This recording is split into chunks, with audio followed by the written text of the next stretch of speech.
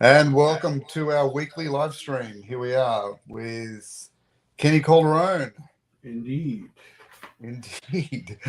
Welcome, welcome everybody joining in on the stream. Absolutely. And if you're joining us for the first time, my name is Will Playton, and Kenny and I draw this weekly where we tackle our 52 Masters of the Universe for this challenge. Of course, it will evolve and change over time, and perhaps we'll do different ones as we go, like 52 G.I. Joe. Imagine that, Kenny, that would change lives.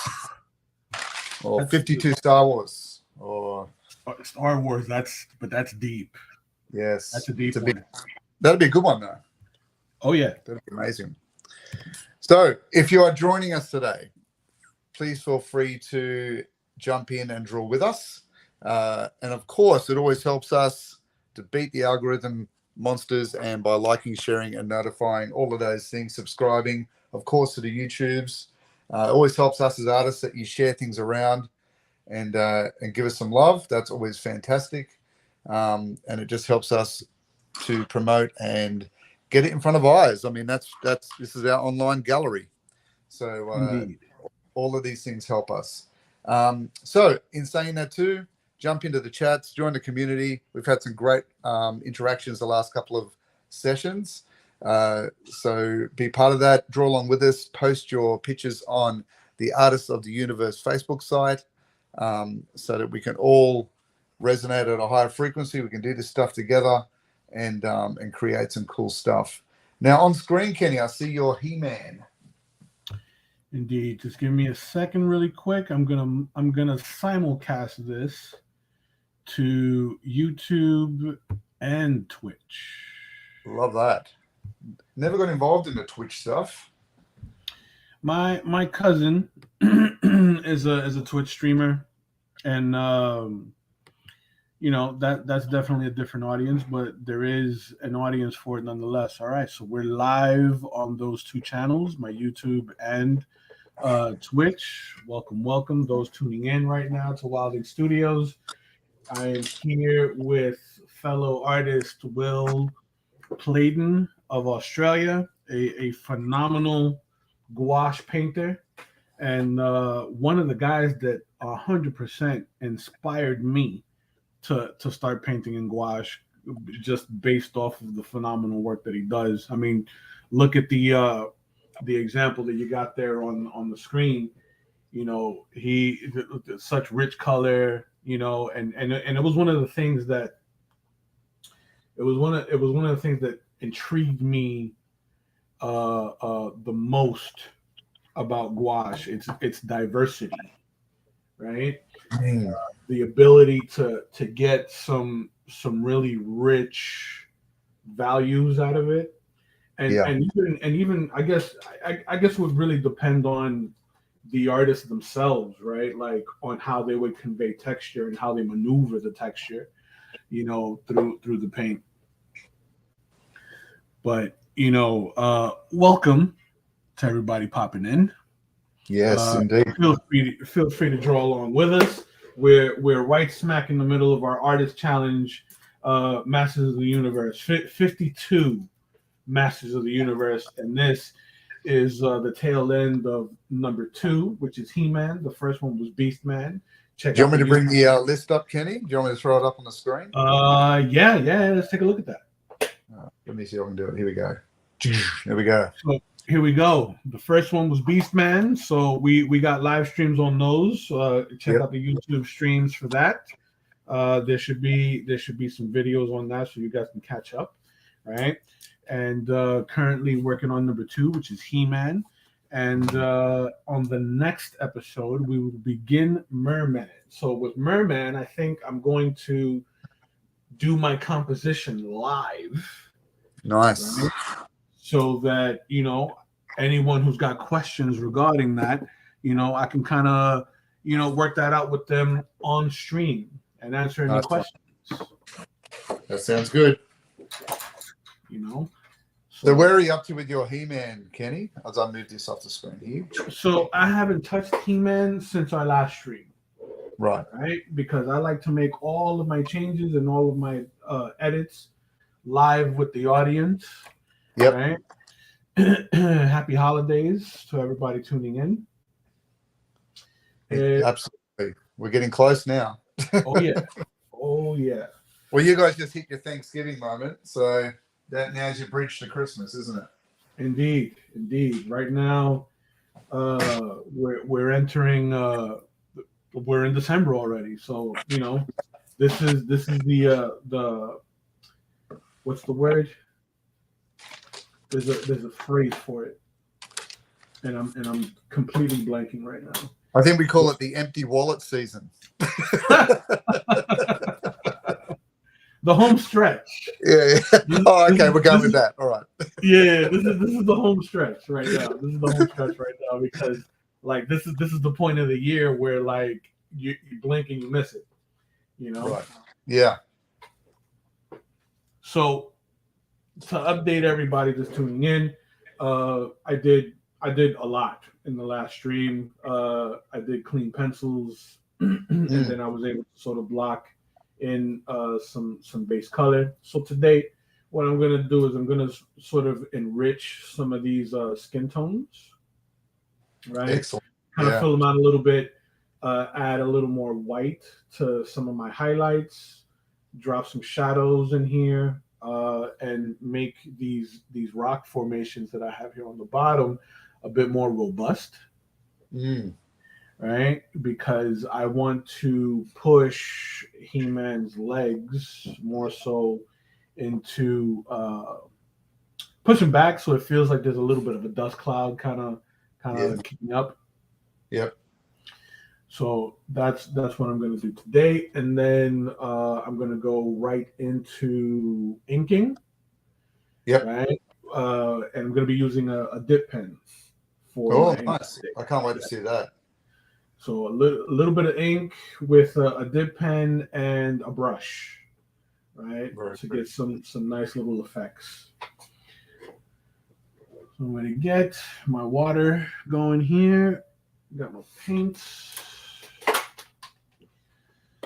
How's the week been for you, Will? Yeah, it's been good. It's been busy. There's been a lot of teaching, but I did a little bit of in between the panels work on the HeMan during the week, but I had some commission work to finish as well. But so I was sort of going in and just building some of those. For me, when I'm using gouache, it's a time scale thing. So often I will do a piece, let that dry, and then build up the next bit on top of it. For me, it's a nice happy medium between oil painting and watercolors, whereas I can sort of get the same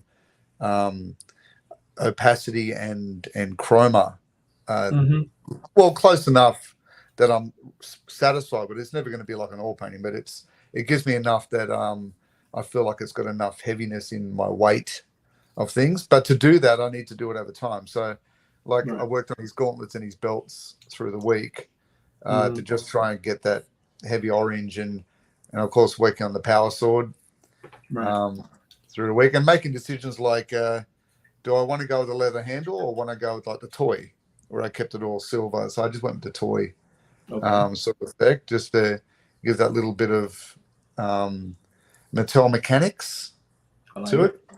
And yeah, just cleaning areas up, like it's about this point of the drawing I decide whether I like it or not. Because sometimes I get to this point, I'm going, yeah, I'm ready to move on. I'm ready to. The lessons have been learnt because you challenge yourself every artwork, and so you're always going to do a few little slip ups here and there, but the lessons are there to learn, and then you move to the next one. But yeah, I'm ready to shift gears just about. So in this particular piece, Will, right? Because like you just mentioned, there's a lesson in every piece, right? Right. What was the lesson in this one? For me, it was some of the lessons were more because I sort of go from I'm trying really hard to not reference because I just want to get faster at that. Right. So the lessons are more to do with not so much the anatomy, but it's more to do with the angle of the anatomy. So it's about foreshortening. It's about how different things play out with that foreshortening. So where the muscles tuck in.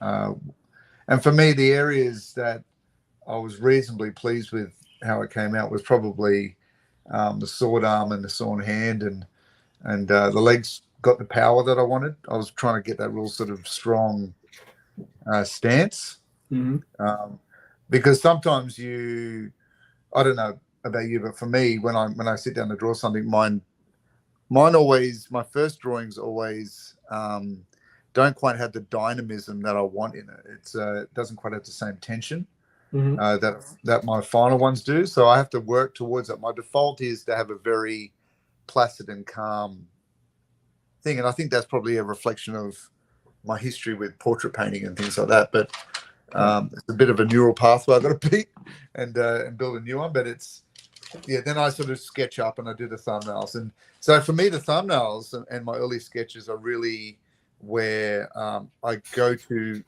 all the time, and I reference that.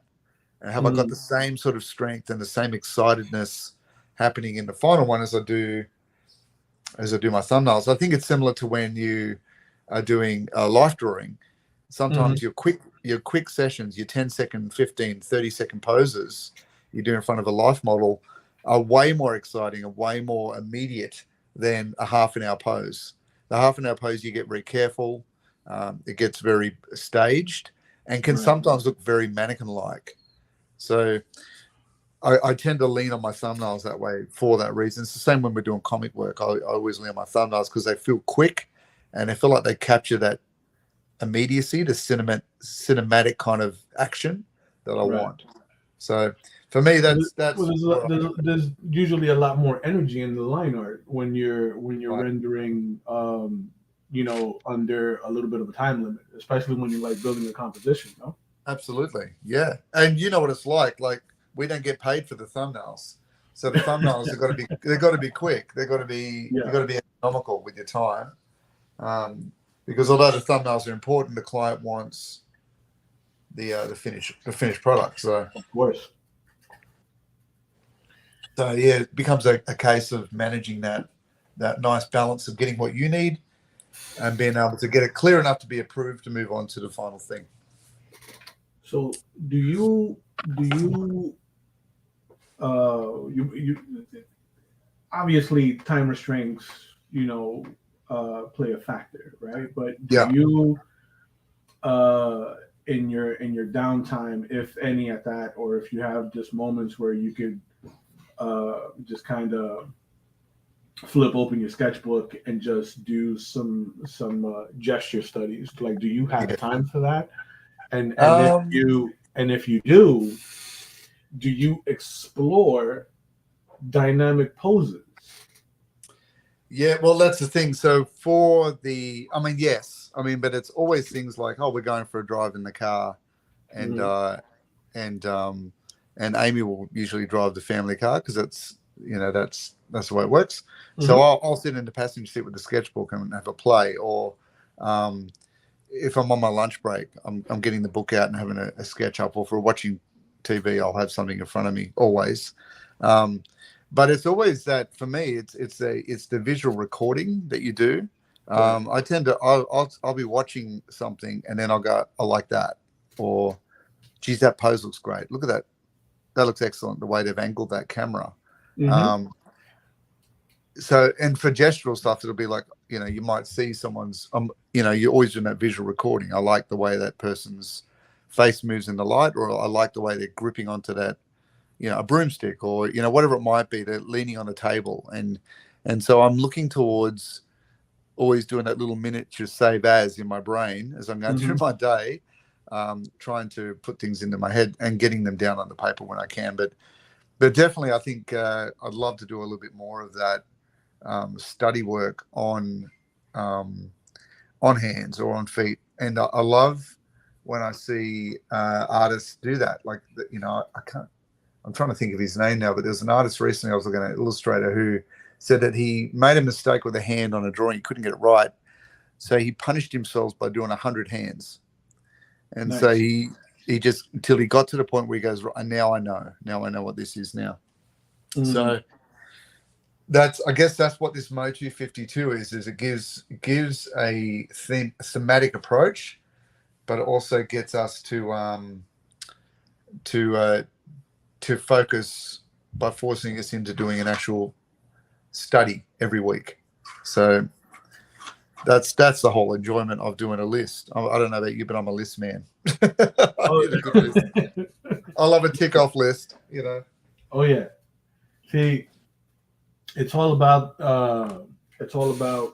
remaining in that, you know, state of evolution or development, right? Yeah. Like with a lot of the kids that I work with, that is something that I'm always drumming into their heads. Walk around with a small sketchbook, and you know, if you happen to be at a park or something where you can kind of like people watch, Yeah. you know, do some very loose gestures. They don't need to be hyper detailed. They don't even need to have faces, but at the very least, you know, render the anatomy, you know, the body composition.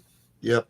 So that from there, you know, your fundamentals are strong enough to where that, you know, that composition can be anything you want it to be afterwards. Yes. You know, and it gives the illustrator a good sense of weight distribution. It makes it feel convincing when you do that. Yes. Yeah. Yeah. I remember when we were life drawing, the first thing we learned to do was working on this, getting that fundamental spine to the you know, the top of the skull, weighting it down to where the weight of the body leans on. Right. So where you're locking the leg in, building the pelvic bone in, and then you start to flesh out the ribs and the shoulders and all those things. But it's immediately getting that figure based in gravity, you know. Right. And that's and you know, that's another thing that I you know, advocate to my kids is, you know, that regardless of the style that you work in, if you have a strong knowledge of realism, you know, your cartoon work will feel much more convincing. Like that's the appeal behind, you know, the cartoon art. Like, you know, regardless of it being something that's very like loose, like SpongeBob, or something that's a little tighter, like anime, right? It's all funded in reality, like fundamentally, and it's all founded in reality and such. Right. So when you see the movements, when you pay attention to facial expressions, what makes it feel convincing is that fundamental understanding of realism. You know, it's just embellished. Absolutely. And I think too, like that's one of the greatest gifts we've received in the art world is the youth embracing the manga and the anime work and learning how to do those step-by-steps on how to do the eyes and the heads and the folding of clothing. That's been amazing. But it's also been another trap in the sense that they find it safe and hard to move beyond that.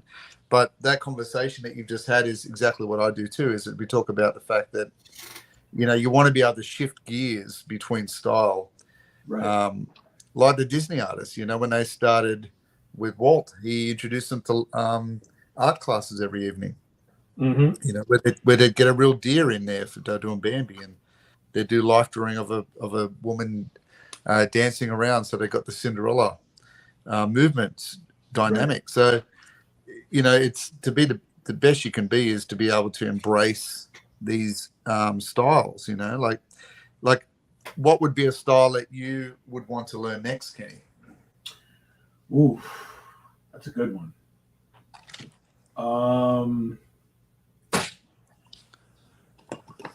I think I would try to lean more so into realism. Right. Like more along the lines of the kind of stuff that you do. Right. Yeah. So it sort of feels like those Turner Classic films. Yes. Yep. Right. Because that's always been something that's kind of like fascinated me. I mean, when it comes to comics, I admire those that are able to do that, and keep consistent panel for panel, right? But like for me, like that was always something that was kind of intimidating. I'd rather like keep it loose so that I'm able to be accurate. Well, I think the balance there is exactly that attitude that you have, where you can embrace both. I mean, it's some of the. Here's the thing: is the trappings of realism, and the people that do it well, and I've been guilty of this in the past too. Right. Is the how do I phrase this? And it's not to insult anyone, but it's really the trappings of realism is when you get to the point where you are just proving to yourself that you can, right? Like I can make this so realistic or so convincing, and I just do that, and I do that, and I do that, and I see that in the illustrators that are master illustrators, like there's no doubt about it. I see that in comic art, where they're doing that all the time, and I think of the gouache painters like Alex Ross and like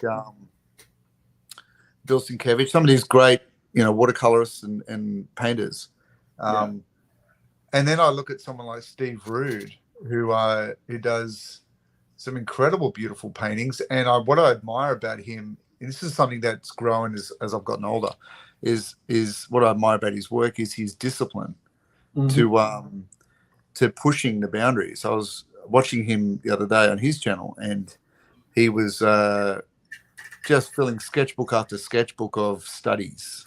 He might do Birdman, and then he might do a woman looking in a mirror, and then he'll do a study on a foot or a hand, and I see his process unfolding. There's no factory mode with him. Does that make sense? Like he's not sort of pump and work out saying, "Oh, well, this is just what I can do, and this is what I do," and you just buy that.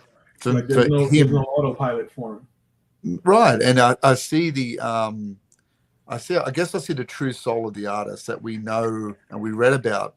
We see that in his process. Now, that's not saying those other artists don't do that. I wouldn't know. But I think with him, it's just so public that, and he embraces that. He embraces, oh, well, this is what I can't figure out, and I'm struggling emotionally with that, or this is what I can figure out. So I love that, and it reflects in his work that I can see, well, all right, he's moving into introducing pencil over the top of his acrylic work, to give it a more of a sketchier feel, or his super goal. He does a number of super goals. This is in acrylic paint, and this is in gouache, and he's trying different things all the time. I really appreciate that. Right. But I think with his work, he balances like yours. He balances that realism with dynamism. And I was watching your sketch cards during the week. Yeah. And I saw that. When you put up the you had a Hulk one, and I can't think, it was Hercules, I think it was. Yeah. And I noticed that you're shifting your camera angles from these more I have the power poses to in the middle of an action scene. I can see you starting to evolve and shift into more cinematic action viewpoints. Yes. Which is cool. I love that. It's the real quick before I get into that. Chris Borman says excellent work on both paintings. Thanks, Chris. Thanks, Chris. And thanks for popping in and hanging out with us. Yeah. So the thing about that was I was kind of forced into switching it up. Yep. Because of the fact that going insane. You know what I mean? Because it was they gave me a series of cards to do in the first go round, right? Right. And I'm like, cool, I'll knock this out. And I guess they dug the work, or maybe one of the other artists that they had planned to work with, like can work on his set, or what have you. But they gave me another set to do, and then so it ended up being like repeats on certain characters. Yeah, right. Yeah. So because those were repeats, I couldn't like do like the same pose over again. Like I felt like that's kind of a cop out. And right. And I'm one of those artists that I kind of pride myself on the challenge. Yes.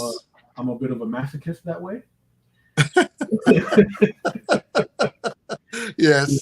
We all have our own flagellation whip. Exactly. I invite the challenge.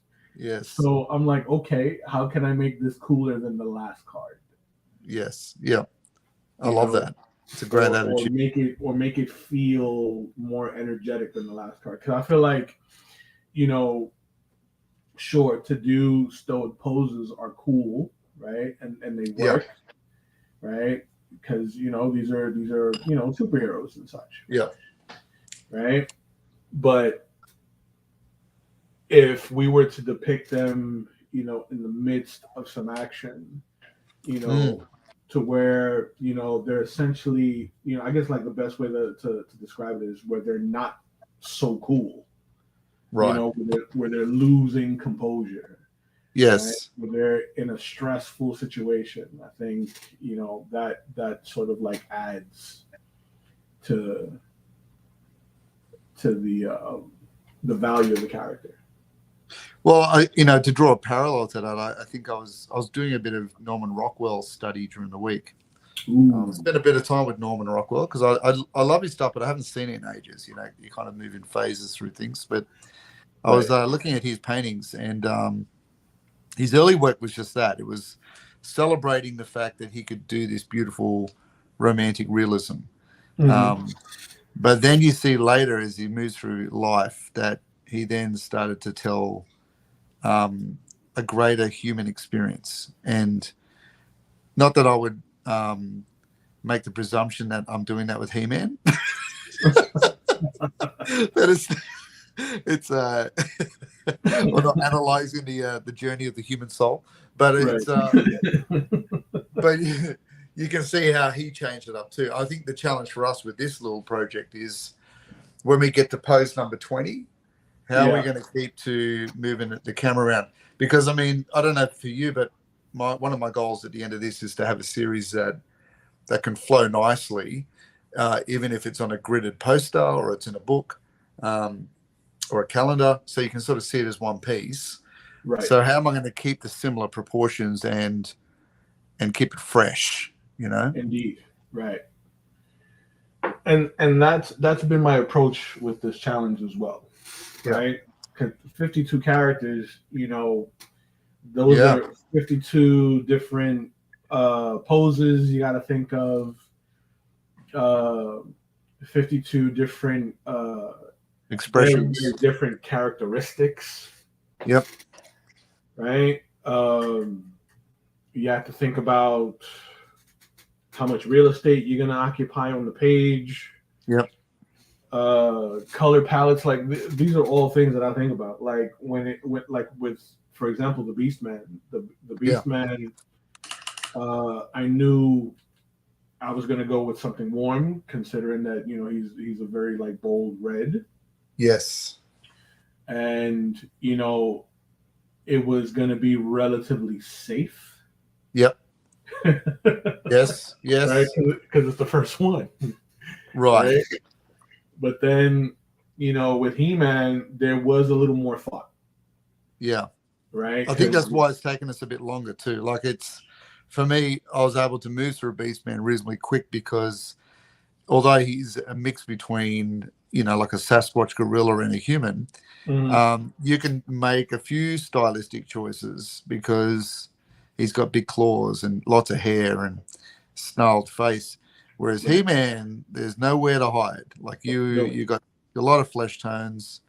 You got like the Californian surfer head. Like you don't have a lot of room to move there. But I think for me, that's why I did so many pre-sketches, preambles to get it right. And it's a flagship character. Like there's only one way. There's only one way. You get this wrong, it's all wrong.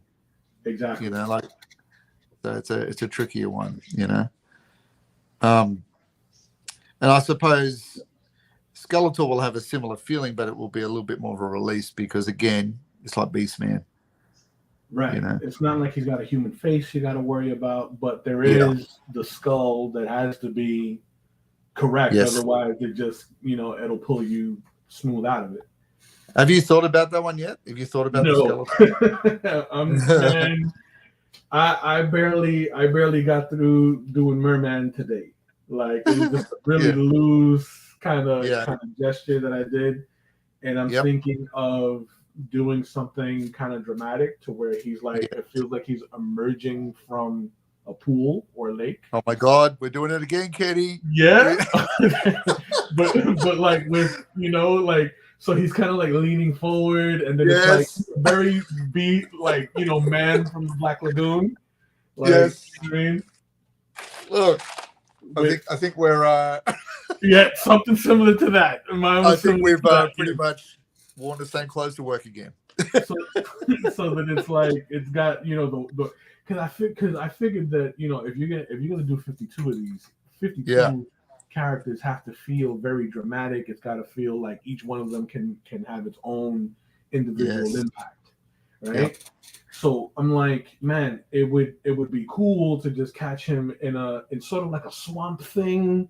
Kind of vibe where he's like emerging from this murky water, and you get the ripples, and then I agree. The water droplets kind of like falling off of him, and then you can do something really cool where on the surface of his skin you could like speckle it with white to catch the highlights reflecting off the scales. Yes, the sheen. Dude, like I was like, I wanted the water running out of his mouth. Ooh, that's a good one. I just pouring out like he's just come straight up out of the water. That's a good one. And I thought perhaps because the mini comic had that giant red sort of squid thing that he was hanging around with in the ocean. True. I thought it'd be cool to have a few tentacles just sort of slipping on the top of the surface a little bit, not too obvious, but just enough to think, well, he's got a bit of backup. yeah. So that he feels less goofy, like less of a goon and more menacing.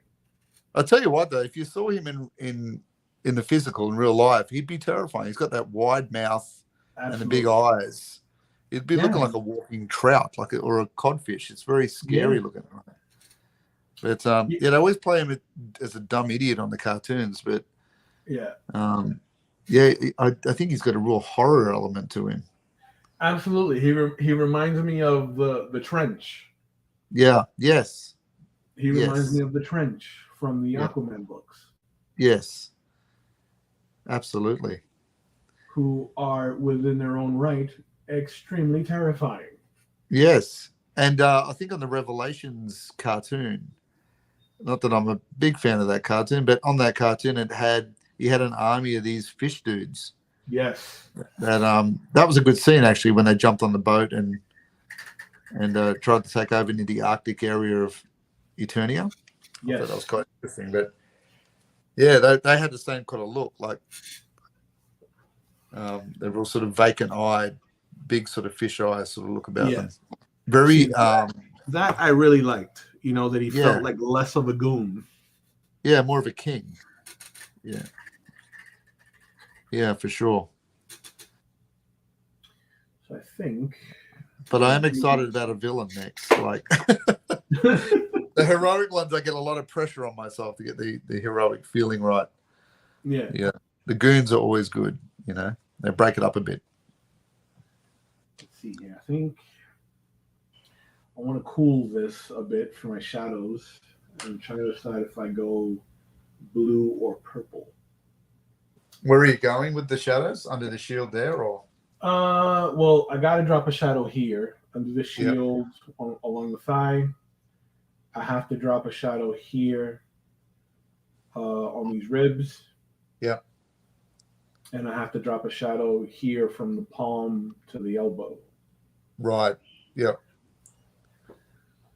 So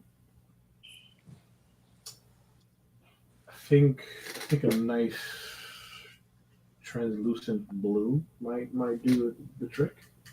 Yeah. Nice Prussian or a cobalt blue would be good. Yeah. That's exactly what I went for. I always tell my kids, if you're going to start something like a a dark shade or a shadow, always start in your safe zone. So the darkest area first to test it, you know. Mm-hmm. And if it feels too much, you haven't sort of jumped straight into the pool without being able to swim. Right. What about 52? What about 52 wrestlers? You know what? That's interesting. That'd be a cool one to do. That is interesting. What era? Oh, maybe all eras. Maybe just cross the bridge from all of it. Oof. Like go from the 80s, maybe 80s onwards. Right. They're getting some of those beautiful sort of bright costumes and sort of, you know, almost comic book character heroes right through to now. Mm-hmm. You know? So you can have like the Road Warriors, and then you can have the Miz. Right. I think that's where I think the biggest challenge would come in to play for me.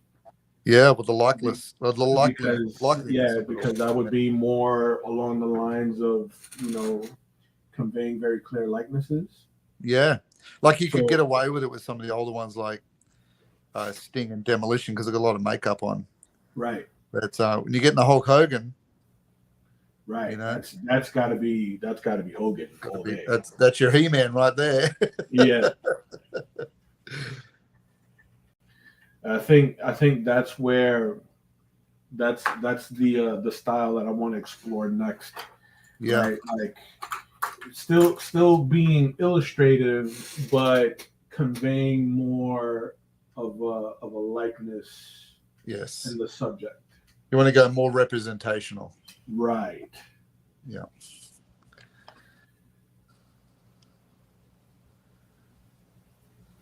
All right, that was a little too wet.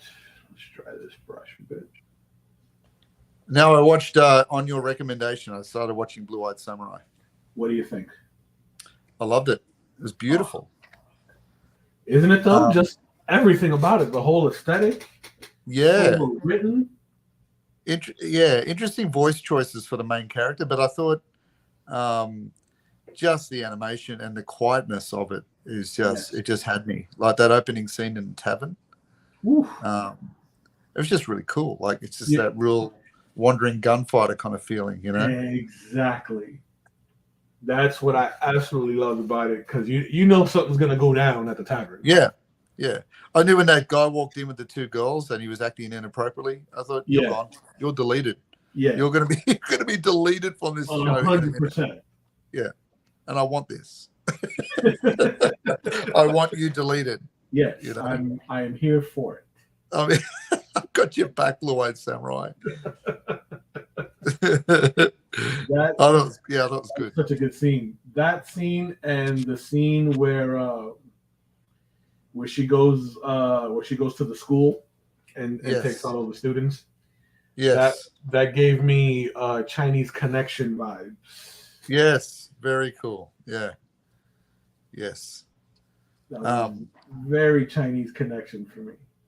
And I do love that feudal era where they're moving through that, you know, the idea of the shoguns and the samurais, and it's a great era to play with, much like Avatar, The Last Airbender did, you know, that kind of play on that.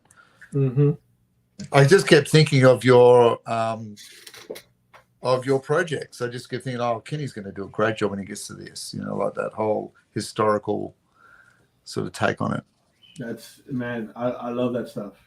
I love that stuff because it's so bare bones, you know. Yes. In its aesthetic, so it's like, this is what it is. These are the rules. You know, the rules of the world are very clear. You know, and you know, it's like doing more with less. Yeah. Yeah. You got to have a clear law to the world, you know, for sure. Yeah, very cool. Now I can totally see your style working in that too. It'd be good to see almost you doing a watercolor version. Would be very cool.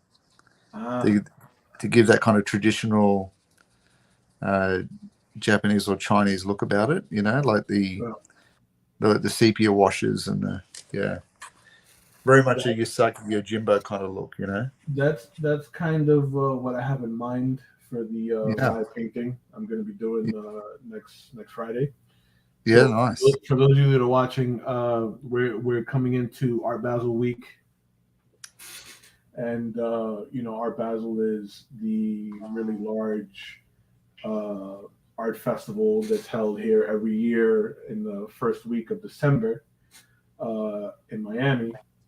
And next week, I will be doing a live painting in Wynwood, which is the art district here in Miami. So I'll be at a place called Soul Garden. It is a shoe store, but they sell like high-end sneakers there, high-end street apparel, and in which case I'll be painting something for the store, and in honor of the unveiling of the new Foolie, right? So if you know, you know.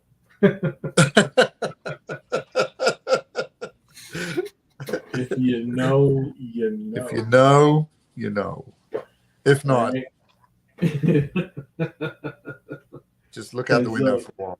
the last unveiling was the Foolie that I did for, it was a painting that I did for Virgil Abloh, right? And the guy that runs the brand, he's a big fan of Virgil's work and his contributions to the fashion industry. So the Foolie is the mascot to the brand. Right. He's a teddy bear that wears a ski mask. Right? Yeah. But the cool thing about the character is that every time I'll draw him, he's disguised as someone in popular culture. Oh, that's cool. So the very first one was of Kanye West, and there was this image of Kanye West where he's like crossing the street wearing a gray shirt and some gray sweats and like these bright red shoes. Those were like the first Yeezys. Nice. And that was the first one that I did, and it was really popular. So I thought it was going to be a one-off, right? Yeah. The second one, right? So like the second one was of Prince. Yeah. So I illustrated Foolie in a crushed purple velvet suit. Yes. With the puffy pirate shirt. Oh, you gotta. and he's holding Prince's golden guitar. Yes. That's shaped like his symbol. Nice. Yep. Right. The one after that, I believe, was Michael Jackson. Yeah. But I illustrated him wearing the red jacket from the Beat It video. Yes. He's wearing the full outfit, right? Shiny socks and everything. Yep. Perfect. Right? And that was super fun. So, over the years. And high cuff pants. And high cuff pants, yeah. Because why not, right? You got to show the footwork. Indeed. Yeah.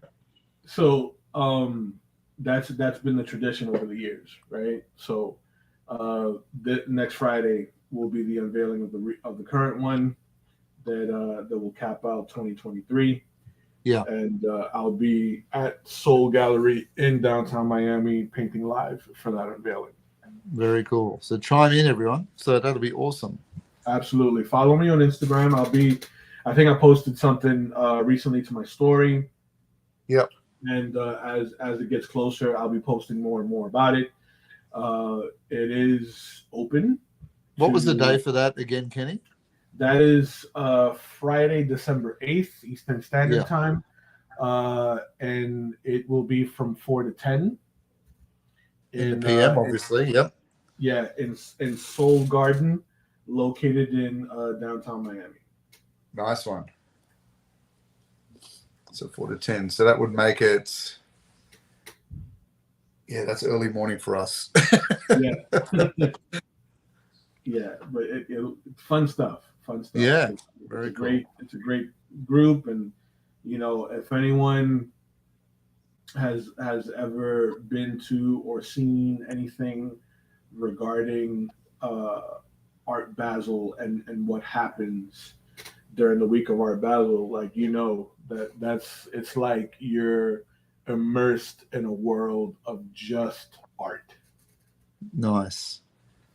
For like a whole week. It's you're walking down the street, you go into a cafe, you get some coffee, you walk over one block and it's like 10 graffiti artists working on an enormous mural. Wow. Together. And then you walk into like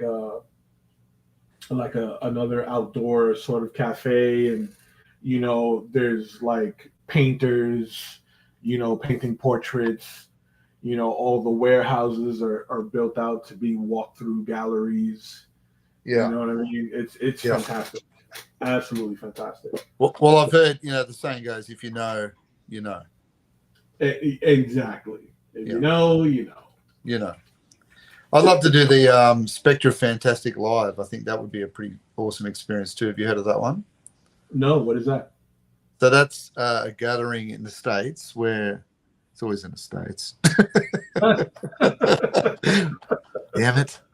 But it's Spectre Fantastic Live is a gathering of fantasy and sci-fi illustrators from around the world.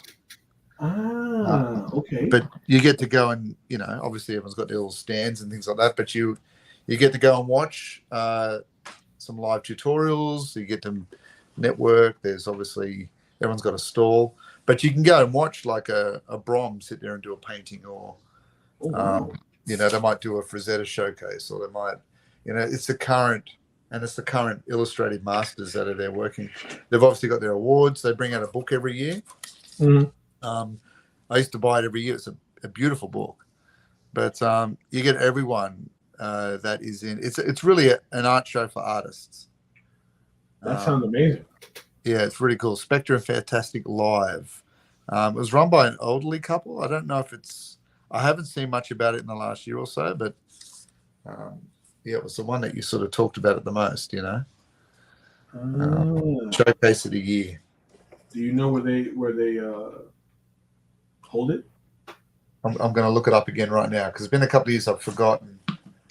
Let me have a look. Because that sounds very interesting. Yeah. It's different to a Comic-Con, like it's not like Right. you're getting such a mix. This is almost, let me look here. Taking me to the Facebooks. 110,000 followers. That's always a good sign. Let's see. Oh, we've got a new ad here. So, celebration of art and artists featuring Southern Gothic and conversation with the Broms. Bernie Wrightson, last look. Mm-hmm. There's a whole Monster Piece Gallery of Nightmares. Let's see. So they put out as a book. I don't know if they've got the exhibition set up yet. I'll keep researching. But yeah, you can get the books online at Amazon anywhere. But yeah, they do some beautiful stuff. Their Facebook site looks fantastic. And lots of showcasing for comics and fantasy art. Nice. That actually sounds really, really interesting. I've never heard of.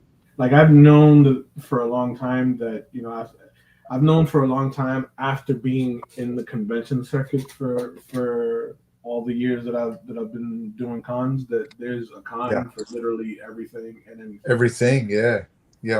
I'm going to post the link in our chats. So perfect. Yes, because that sounds really, really intriguing. And we have a Lance Stewart on board here. How are you, Lance? What's up, Lance? Happy holidays to you, brother. Do the opening voice, Kenny. Lance Stewart. Lance Stewart. There we go. The link is in the chats there for Fantastic Spectrum Fantastic Live. I bumped into it almost by accident because I used to listen to the Sideshow podcast, and they used to focus on the Illustrator every week, and they were great. But they were huge Spectrum fans, and they'd go every year and catch up with the artists. I gotta check that out. Yeah. All right. We are great, Lance. I hope you're doing well. And keeping busy as always. Indeed. Indeed. Let's see here. Let's get a little more white on that sun.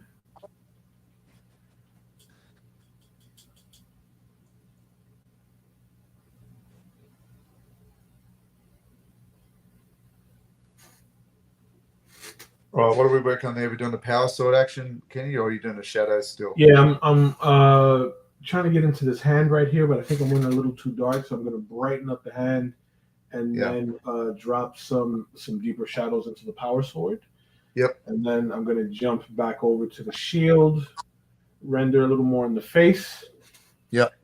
And hit the rocks and some of the shrubbery here before I get into inks. Inking will be fast.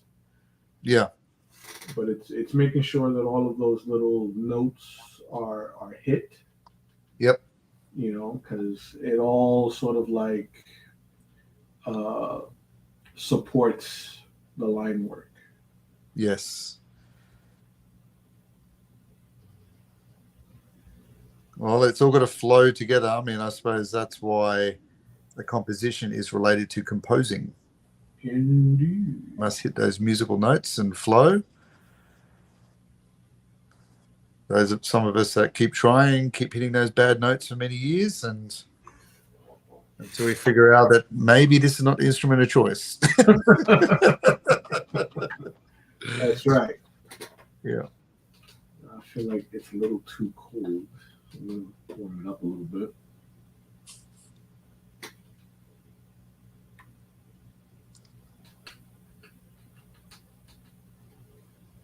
So Lance Stewart, what are you working on at the moment? What's the latest and the greatest? Indeed. Now I think our old buddy Gerald was supposed to join us today. He hasn't turned up, but I'm sure he'll catch up at some stage. Yeah. Holiday season out here in the States, so you know it's holiday shopping and all that fun stuff. All the fun stuff. All the fun stuff. Holiday shopping, ordering stuff online, getting caught in traffic. Fun. All of that foolishness. All the stuff you love, yeah. So I'm adding a little bit of Prussian blue and black to cool down my shadows here. And I'm going to throw it in as my little... I love that. I love using the Prussian blue as a reflected light because it cools down the warmth of the character. Yes. Otherwise, it all gets a bit too hot. And there's a lot of sort of earth tones in this picture, so the Prussian blue is a nice balance for that. Prussian blue. We love a bit of Prussian blue. Prussian blue is very essential, I think, in any painter's kit. Yes. Yeah, it mixes nicely for flesh tones. I mean, I used to use Delft blue a lot, but Delft blue is very close to this. There's a lot of grey in it, but Delft blue is hard to get now in this country. It's an English paint. Very hard to get now. So, but Prussian blue, it's hit my new favourite. It's a good substitute. So Lance, what he's working on. He's doing his classes for his masters. Oh, nice. Check out the brain on Brad. He's a college boy. Well done, Lance. That's a huge thing. Masters is something I never went on a track of, but I admire people that do it. Yep. Big question is, are you going to push on to a doctorate? Are you going to be Dr. Lance Stewart? That's the big question. Man, that would require the voice. Yes. That would require the voice. But every time he jumps in the chat, let Dr. Lance Stewart. The doctor's in the house. Entered the chat. They took away his practice. They isolated his patients.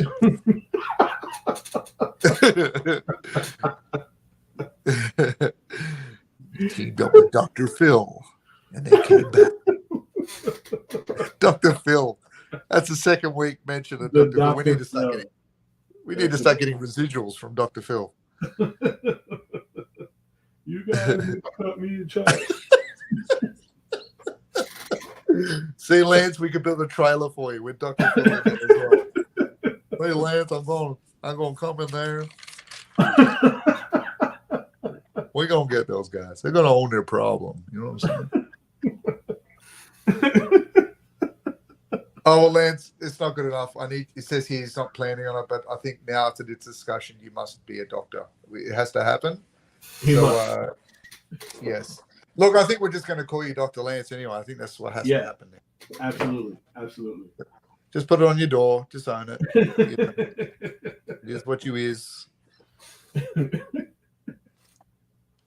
Dr. Lance Stewart. And you must team up with Dr. Phil for a movie. That's the way, or a comic book. It has to happen now. Why Dr. Phil? How did we get on to Dr. Phil again? I don't know. You know what it was? It was these gauntlets. I think that's what it was. We started with the gauntlets, and then it evolved. The flesh gauntlets of HeMan last week. The flamulets. The flamulets. The flamulets. That's what it was. The flamulet. The flesh amulet.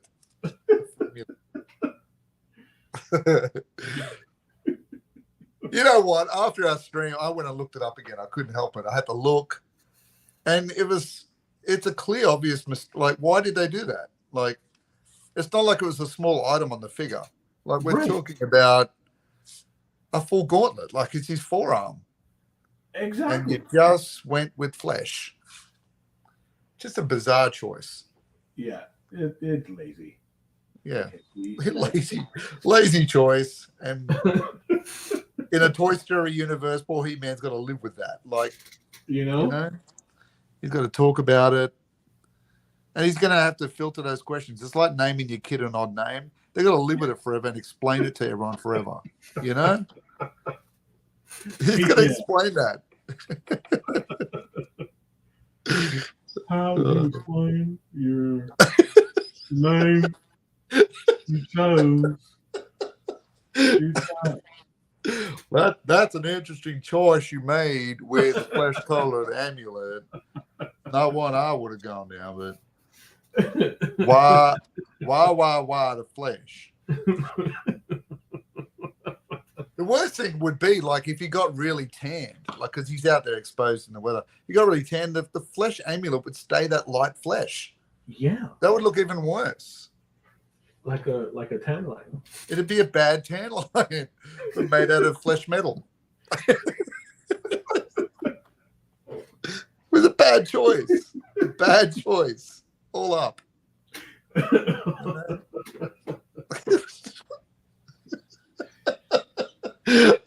I keep thinking of like the movie Gladiator when they're all lined up underneath the stadium. You know, when they're all lined up under the stadium and that guy urinates himself and all a bit nervous. I can just see He-Man walking up with the flesh amulet and everyone's going, what is that? What is even that? What are you doing?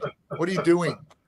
And just like how we're laughing now, we wouldn't be looking at him just laughing to the side. Like, flamulet. Just as the gates open. Welcome to the Friday night drawing live stream, ladies and gentlemen. That's right.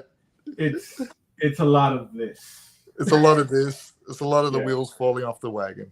Yeah, you know? It's going to be a lot of this.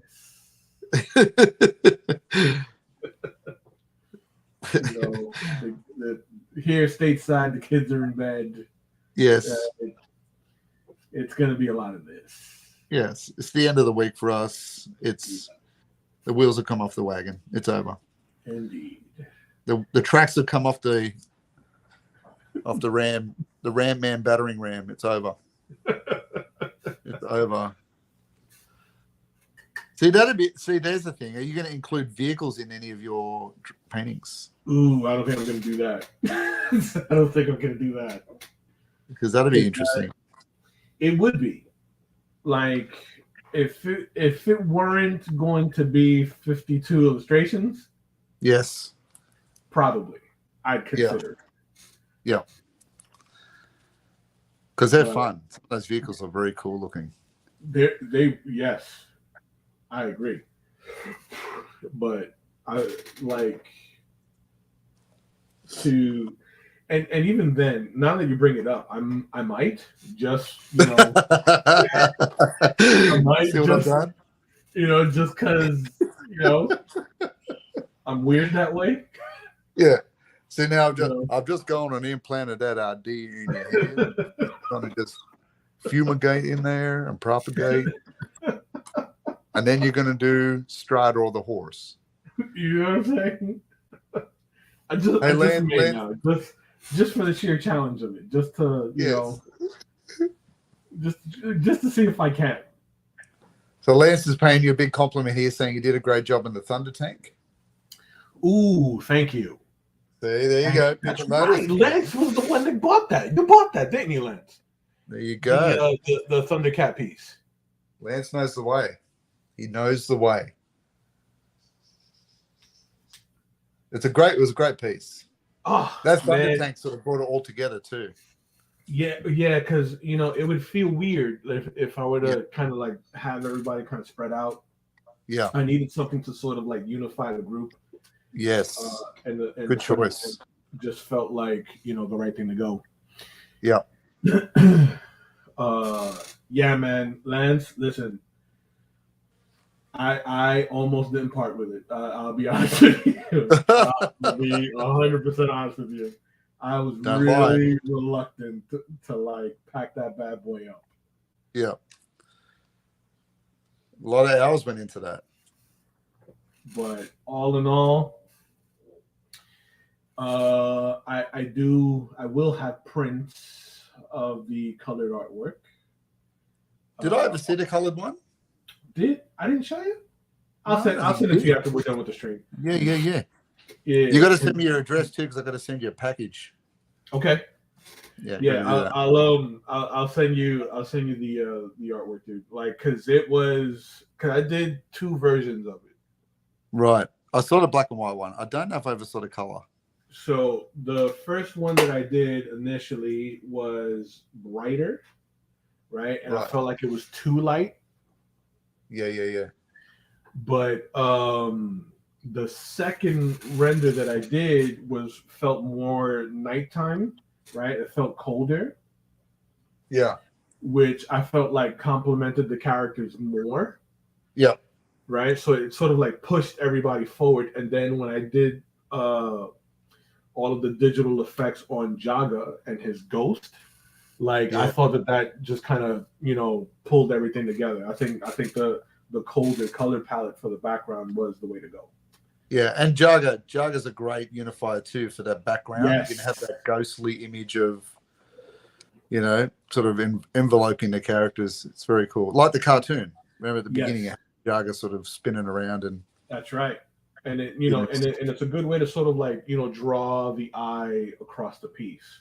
Yeah. Very cool. Yeah, they were good fun. I need to get to finishing my Hanna-Barbera one. That's what I need to do. Ooh, that's right. Because I got into that, and because that one was much bigger than mine.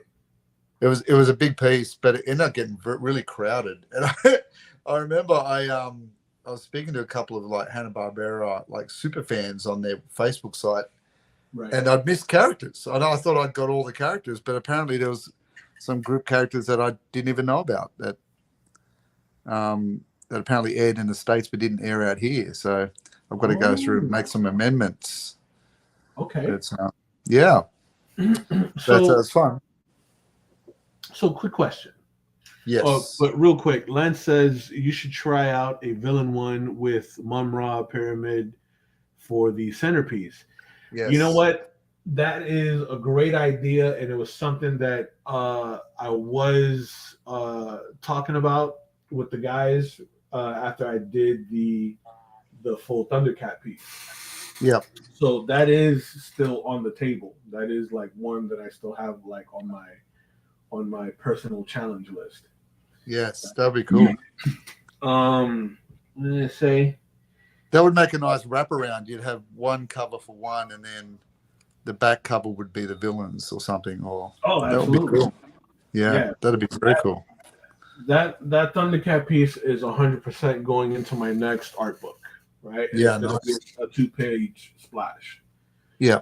Okay. And shoot, what was I talking about before that? Let's see. Hanna-Barbera, Hanna-Barbera. Yes. Oh, that's what I was going to ask you. That's what I was going to ask you. So, because I saw that you laid in your composition in pencil for the Hanna-Barbera piece. Yes.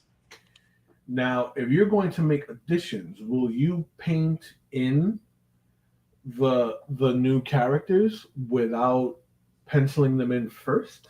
No, depending on the background color. Okay. Like if it's a lighter color, I'll go in with a dark blue pencil. Mm-hmm. If it's a dark, like really dark area, I'll use a white pencil. And then I just go over the top of it with the paint. But yeah, so that's it's not perfect, but that's just the best way I work in those areas. Like I'm sure there's people that would paint the area white first and then go over it again, but right. I would only do that if I felt like the color that I was putting on top would react badly with the color behind it.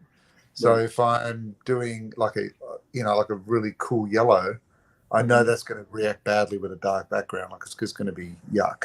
So right. I would probably white that out and start again, only for that reason. Yeah, that's the process I'd work on. But yeah, it was fun. But I enjoy doing it because it's one of those things you always have in your mind that you'd love to draw. I'd love to draw Birdman again, or I'd love to do Space Ghost. But it's such a niche property, right? It'd be great to see them do something with it again. I agree.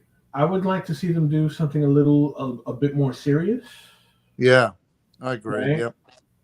Like the OG cartoon was serious, right? But it had a lot of its that campiness from like the 60s.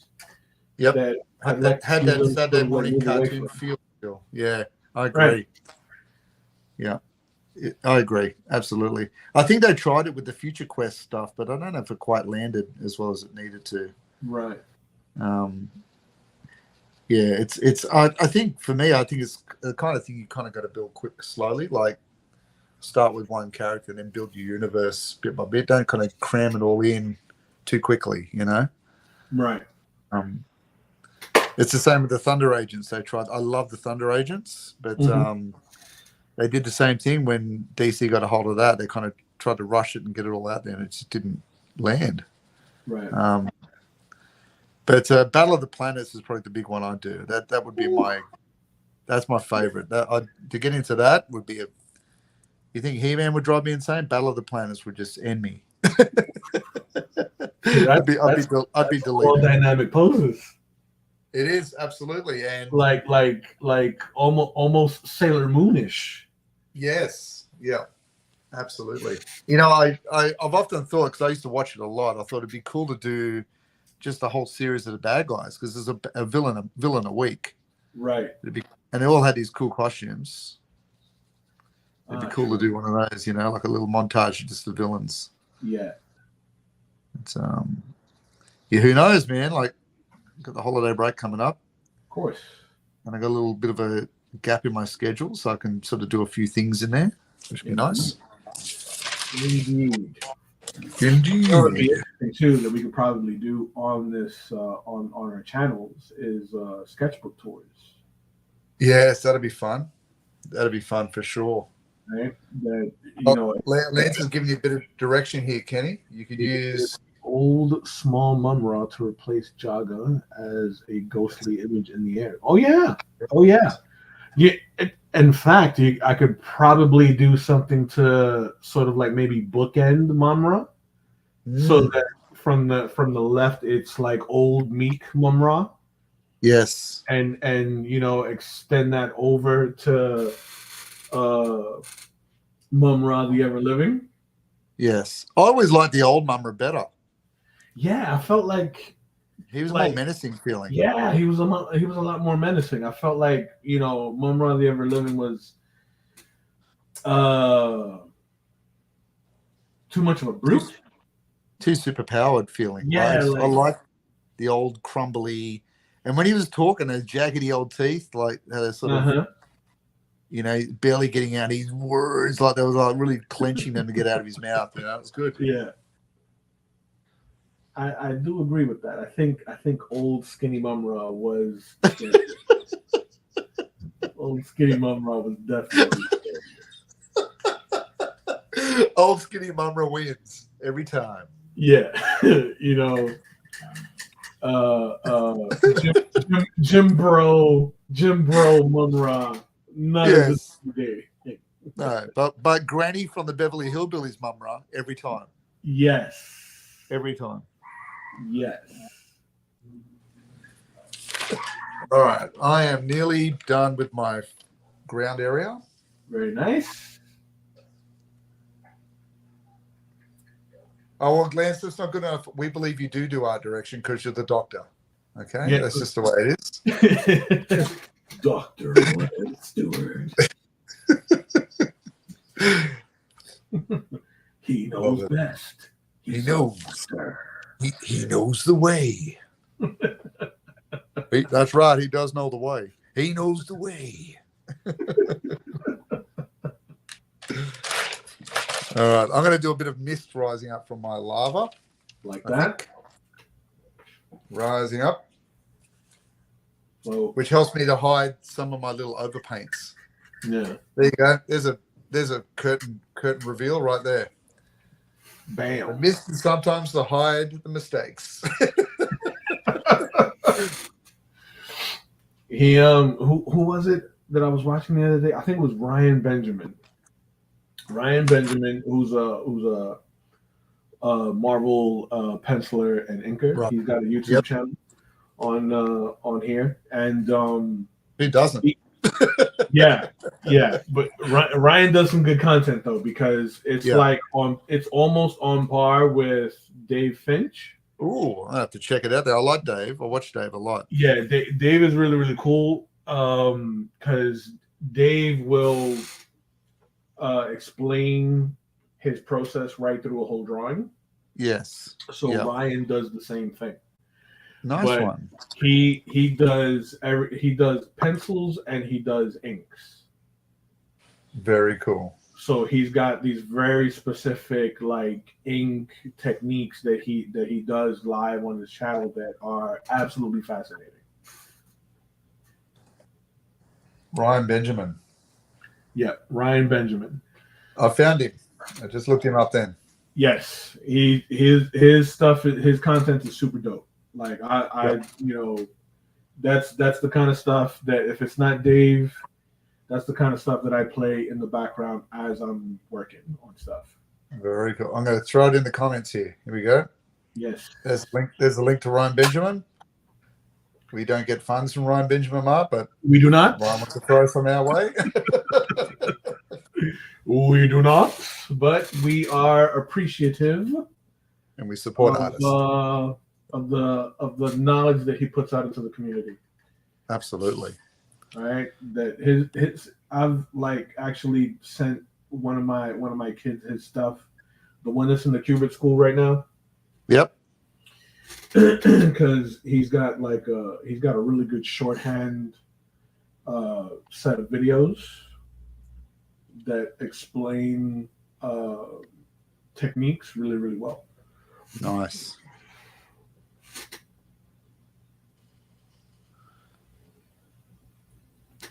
So for me, this becomes a bit of a perilous moment, Kenny, as I'm painting this mist in, because the temptation is to work fast because it's just mist. Right. But if you work fast with this gouache on my paper, this is when things start to cornflake a bit. So you got to take it Indeed. easy. So you slow it down. Yeah, because I'm working in a little bit of gouache into the face here, the shield, and I want to be kind of sparing because, like, I'm gonna follow up some of these areas with some white ink. Yes. Just so that we get a lot of those hard glares. Right. Yep. Right. Are you darkening up your reds and oranges, or are you going to keep it like that? I'm going to darken up some of the oranges, right, depending on where they fall. Yes. In my shadows. Yep. Like in this bottom half here of the shield, that's Yep. going to be dark. Yes. All right, because we want that to remain consistent.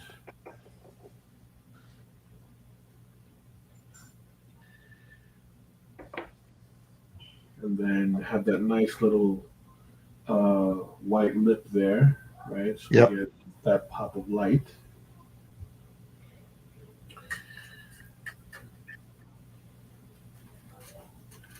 So then I'm going to grab a little bit of this orange, a little bit of this blue, just so we can even that out just a bit.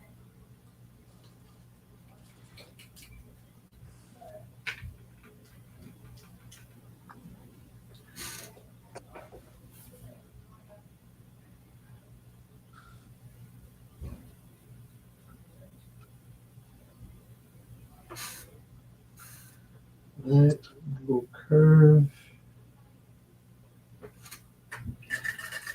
Let that dry a bit.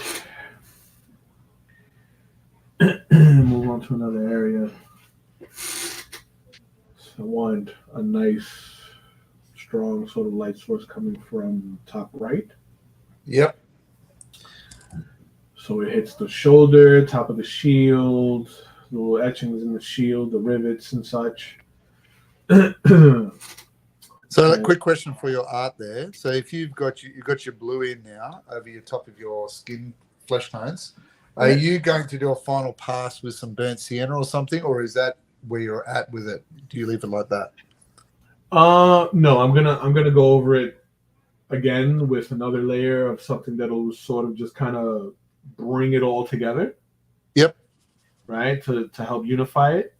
Yes. Burnt sienna is a great choice. I do like using a bit of lemon yellow.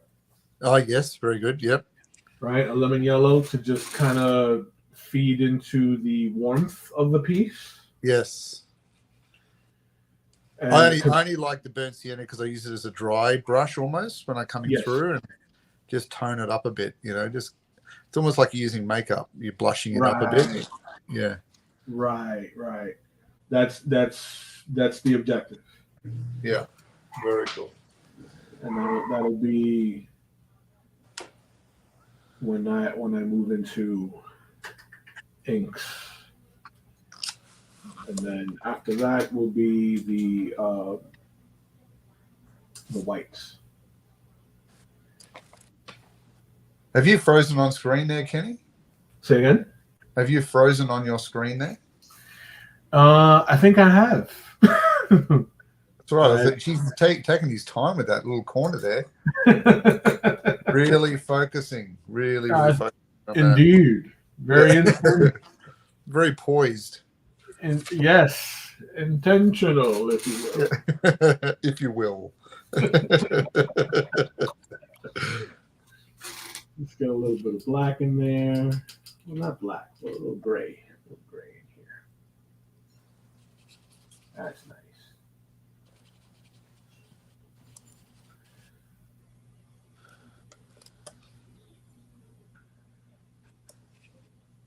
So I've shifted gears to a larger chisel brush. This allows me to get some softer lines. Holds a little bit more water, but not as much as a watercolor brush. Right. Because that's where the danger lies. Stay away from the watercolor brush. So that feels a bit better. Good thing about gouache is I can go in there and reactivate those areas of the lava that I painted last night Yep. and this morning, and I can just move those out into the new areas, which is really cool. So my last step is I'll probably go through and put some little embers in there coming off the lava. Ooh, nice. Maybe the odd bit of broken black sort of rock as it's moving through the lava stream there. Yeah. And then I should be right to scan up this afternoon, I think. We get some of this blue. And it's put it up on the Etsy, on the Artists of the Universe Facebook site. So if you're joining us today for the first time, we would encourage you to do a drawing along with us. My son is doing it as well, little Niall. Oh, nice. He's 11. He's 11, so he posted his Beastman, and he's doing a HeMan now, and he's excited about doing a Merman. So he can do it. It doesn't matter about where you're at with your drawing skill. That's the whole point of the community, is that we're there to help and guide. And you got a lot of artists on that Facebook site, including us, as well as teachers, including us. Yep. We're not there to destroy people's confidence. We're there to help each other lift the weights. So absolutely. if it's your first time, don't feel bad about it. That's what it's all about, is learning. Yep. That I've, discovered, well, for me personally, I'm not going to speak for Will, but for me personally, I've discovered that, I tend to pick up a lot from osmosis, by way of osmosis. Yep.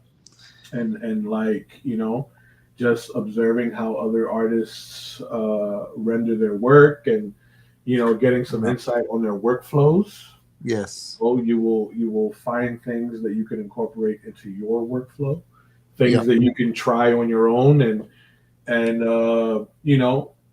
along the way you discover your own shortcuts that work for you.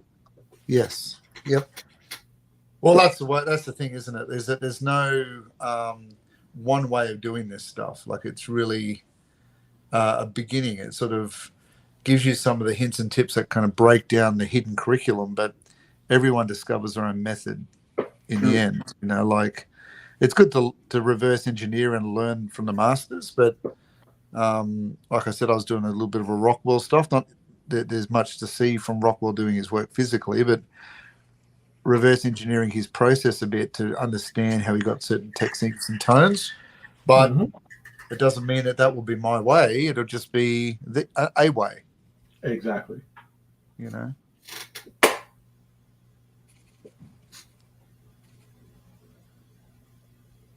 I say to my kids at school, just because I draw Mickey Mouse this way and this is my process, learn my process, but always find your own way. You will. It'll just happen.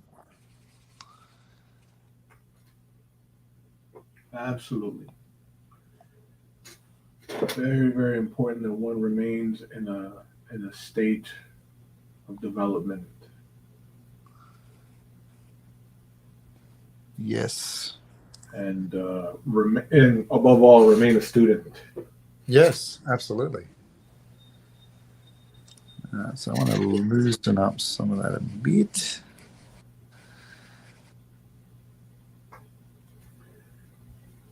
Here, drop a few little shadows. Boom. So Kenny, your upper deck cards, where can people find them? Anywhere trading cards are sold, right? So most of the cards that I've done for upper deck are being sold where you can get like hobby cards. So a lot of sports related content, tabletop gaming. It's got to be stores that focus on that, right? Yeah. Is it something retailers can order in if they request it? Yes, it is something that retailers would order. So there's like the single packs, right? That are pretty standard. Those are the ones that have like a handful of cards in them. Yeah. Which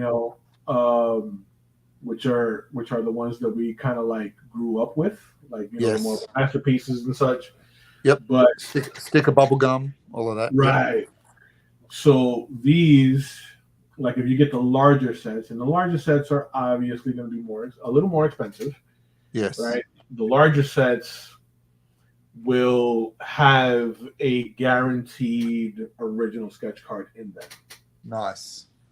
So you'll get some of the pre-rendered stuff, the mass-produced stuff, which is cool, but they will also feature an original sketch card by one of the artists that was selected to work on the set. Yes. Yeah. Very cool. So those you can only get them where, like, in hobby stores.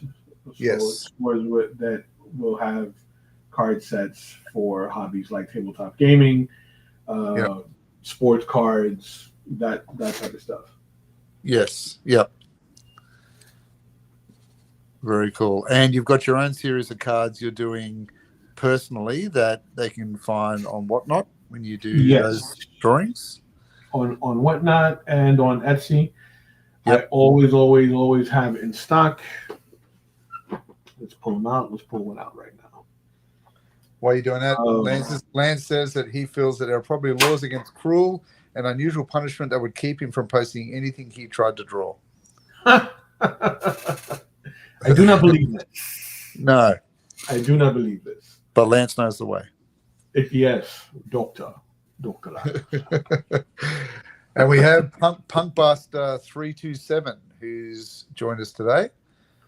And they've written Artistic Journey that nearly made you quit. If so, how did you overcome them? So, you know what, Will? You go first. You go first. Answer that one. I think that's a good question. I suppose here's the thing, I guess, and I think this is something we all battle with. Yes. Is the validity of what you do, and why am I bothering? I love this stuff. Does anyone else care? And sometimes when you're at that drawing table on your own, all those late nights that we all do, and I know Kenny does them, I do them because I often communicate with you, Kenny. I'm sure it's 4 a.m. there, but you're up there doing it. Where people are out partying, we're working our craft. It's the journey. It's always been that way. This is not anything new.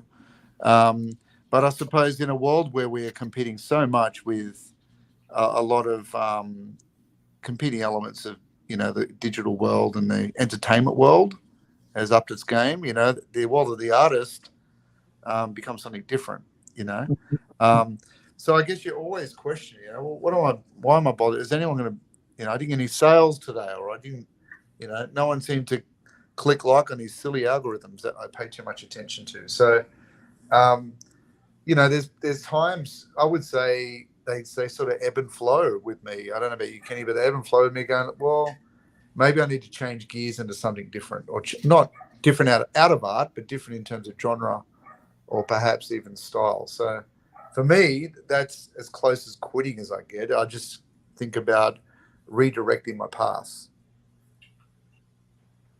Yeah. So with me, I don't think I've ever come to a point where I question whether or not, I should continue doing it. Yeah. Because it's something that I've always done. I was very introverted as a kid. So like, art has always been like a thing of mine. It's always been like my comfort zone. It's always been the thing that you go to. Yeah. Yeah. So it's always been there for me, even if I never made a career out of it, it would still be something that I would do. It's your soul journey. It's what you are. Yeah. So with regard to questioning myself, I don't think it was never a question. Well, for me anyway, it was never a question of like quitting, more so as how can I challenge myself more? Right.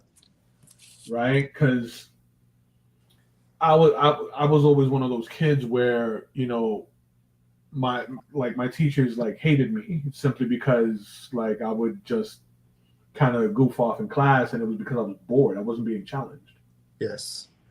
So even now, as an adult, as a full-time artist, I look for those challenges. I'm like the anime character, right? In the fight anime who goes through the training montage. For me, it's always a training montage. Yes. Right. Yep. That I didn't start painting until I started doing live streams with Will. Full disclosure. Yeah. Right. Full disclosure. Full disclosure. Right. Because I would the winner hide. I would see what Will does on these, with his paintings, and I'm like, man, I gotta try that. Yeah. And then I went down the rabbit hole, and I started seeing what Alex Ross was doing with watercolor. Yes. And there's a slew of other guys on social media that use this medium to do pop culture work. So I'm like, man, I gotta try that because it just gives the work just a different flavor, a different vibe, a different sense of energy altogether. It's something else. Yeah. Yeah. So, because before that I was very, very heavy on marker work. My go-to has always been Prismacolor, and I love mixing media. So when I started doing watercolor and ultimately moving into gouache, I'm like, man, this is something else that I can offer my clientele, and the price point is justified because of the amount of work that goes into it. Yeah. You know what I mean? So what I would say is to not shy away from challenge. Right? Because there's always going to be somebody that you feel is like better than you or excels at, a particular style or look, that you admire. It just means that they've been on that journey longer than you. Correct. So you shouldn't be intimidated. You should only compare yourself to where you were a month ago, a year ago, because it's about your journey. And so long as you stay fixed on your path, you'll see, you'll begin to pick up that other people around you will take notice. It's like you said too, Kenny, before, where you said, being a lifelong learner. It's if you focus on being that and just what is next for me, right? All the other stuff washes away. Like it doesn't, because comparison can be the unraveling. I mean, if you're constantly going, well, I'm still not, I'm not an Alex Ross, or I'm not. No, but you are you, and your style is what will prevail. Like it's like comparing your masters. You can't do it. Like don't compare a Rembrandt with a Vermeer. They're different approaches, different minds, and they're going to see things differently and light differently. So, I was the same. I sort of got into color late, only because color was scary. Right. I was predominantly in the 90s a pencil drawer, like grey lead. Right. So that's where I went into realism and doing lots of portraits doing that. But, I went into oil painting, did all that. Did the portrait stuff in oils. But in terms of fast mediums, I couldn't find one. Pencil was always my default up until I read Marvels and Kingdom Come. And I was like, okay, so this is a way of reapproaching it. Like, even though I loved Joe Jusko and some of these painters doing it back in the 90s and the early 90s and the late 80s, and Frazetta, it wasn't until I saw someone use a medium that was a real balance between oil painting and drawing. It was a nice comfortable step, Right. So I think, and that's what Alex has done. I mean, he's made himself an industry name because he's he's cornered the market on that stuff. He got in very early. And he had a great pedigree. Like his mum was an illustrator. So he had that in the house. You know, his mother was she did some beautiful gouache and watercolor works. So having that background is always helpful. And before the YouTubes, we had to buy books and just try and figure it out backwards, you know, like it's just the way it is. But yeah, I agree with you, Kenny. It's becomes the journey of who you are. And like I said, for me, it's not always about quitting something. It's about shifting gears and doing something slightly different to get the result. Absolutely. Whatever pleases you. And you know it, don't you? You know it in your soul where you go, okay, I feel like I'm ready for something new now. Like I'm ready to embrace a new medium, you know? That's what it is, dude. It's always a journey. You want to stay challenging yourself. Yep. You know, it's the endless training montage, right? Like you never want to get to a point where you feel like, okay, this is my style. Yeah. You know, I'm happy here. Nah. Yeah. You want to continue to evolve. How else can you challenge yourself? I've been saying it all stream. I love the abuse. I like challenging myself and doing things that like you like to feel the pain. Yeah, that are like labor intensive. Yeah. You know, just for the sake of saying, yeah, I did that. I can do that. Yes. Yeah. And it's always good too, like to choose something safe for a little bit till you get a handle on tone and texture and composition, and then expand. Like there's nothing worse than trying to figure out layers of wall painting and then not know those elements at the same time. Learning that stuff while you're in a safe environment is always good, you know. Learning effects on how to get effects on something, or tertiary light sources, all those different things, you know, become pretty important. So in saying that, Kenny, who would be your top 3 influences on you right now? Top 3 influences right now? Yeah, in the artistic world. Who do you look to in your week and go, oh, I need to watch a video on them, or I need to look at some of their artwork?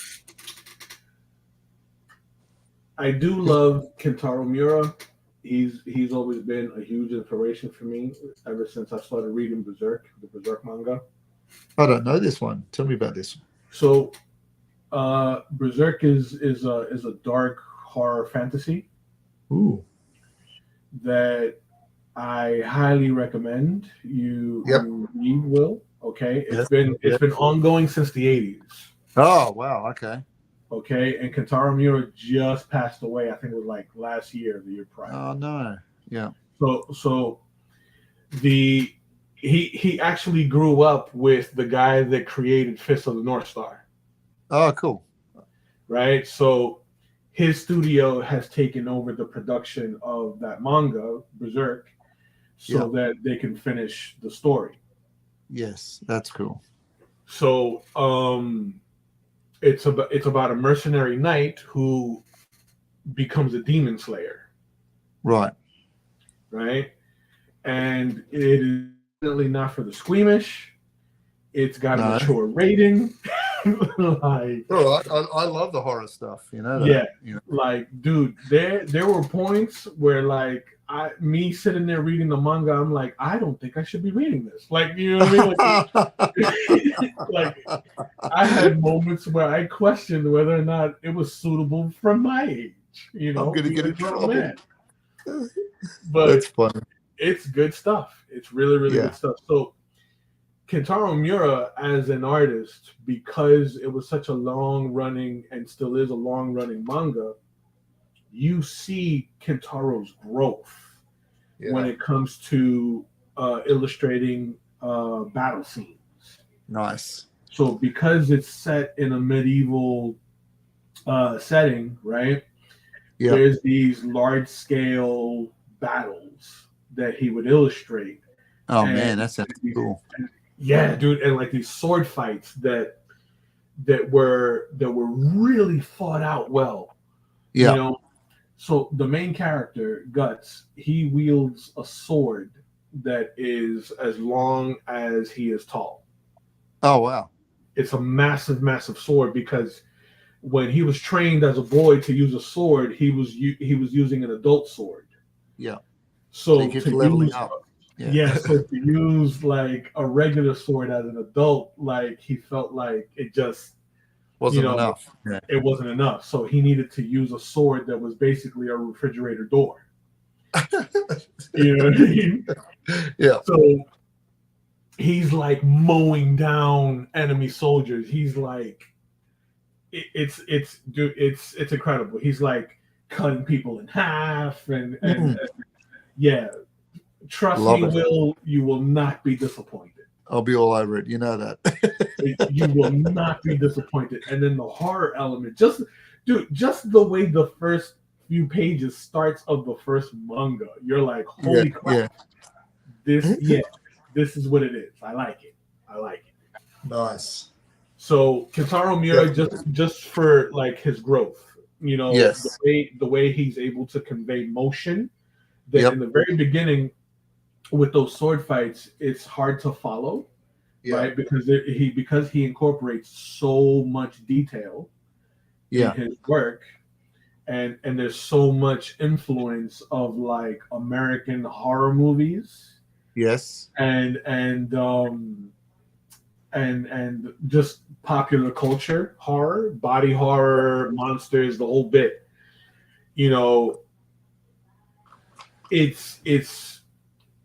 It was very encouraging to see him evolve to a point where, like, oh man, I could read this entire fight sequence super clear now. Yeah. You know what I mean? And he was able to convey that inking his own work. So all the speed lines, the way he used the screen tones, like everything about it was super inspirational for me. And I think if you can do that, I mean, that's the power of being your own inker.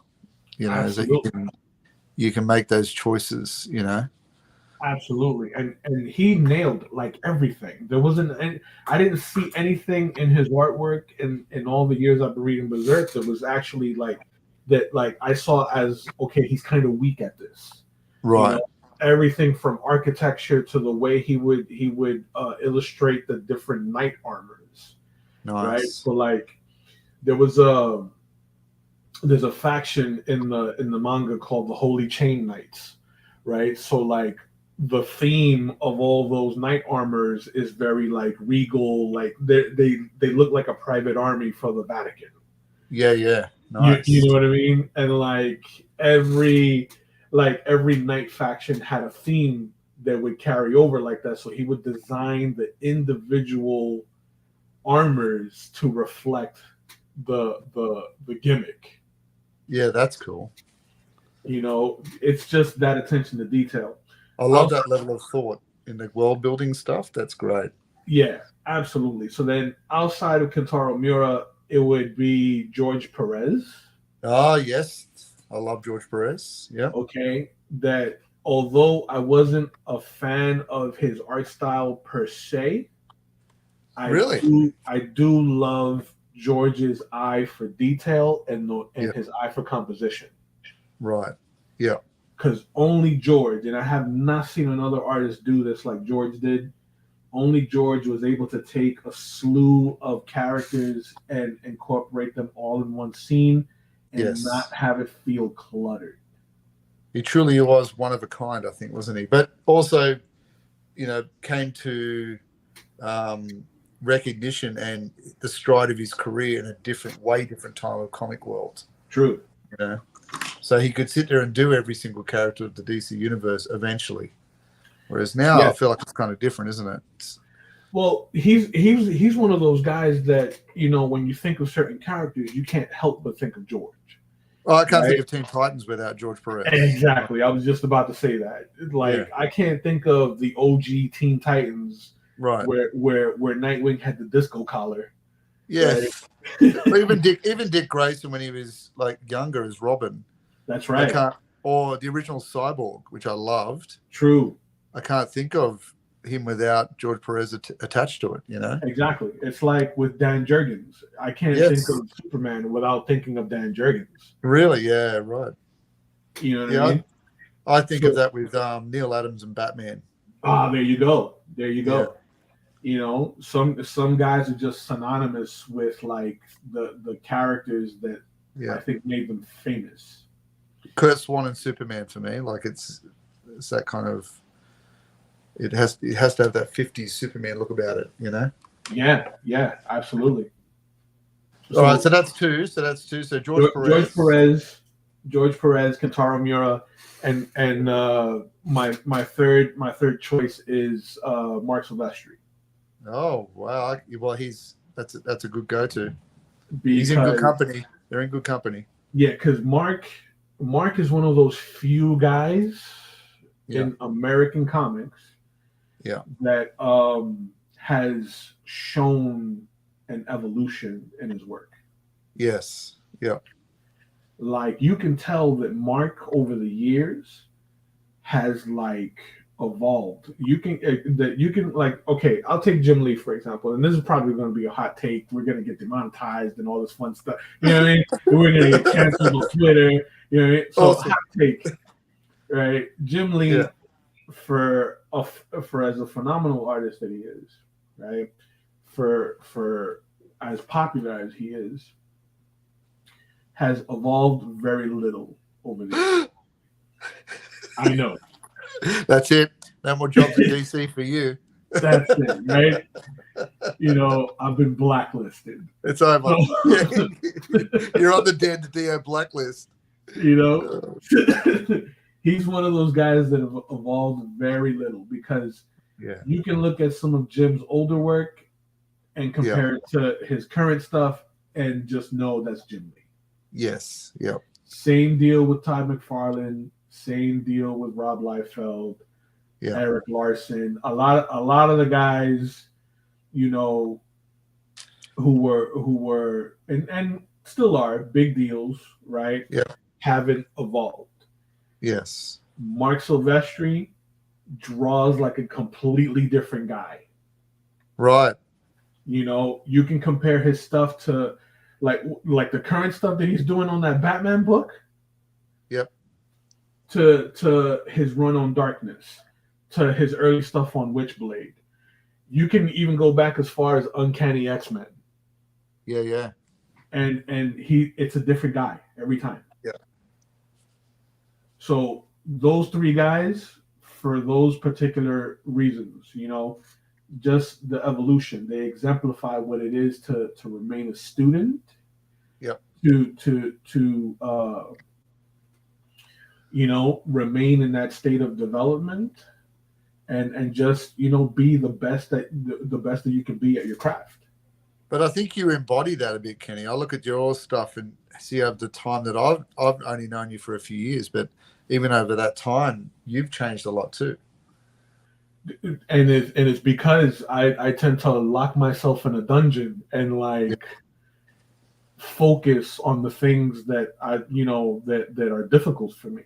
Yes. Yeah. You know, that I try to tell my kids all the time. And for those of you that are listening right now, when I say my kids, I mean my students.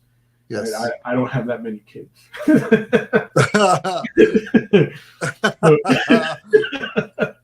I am a man of many.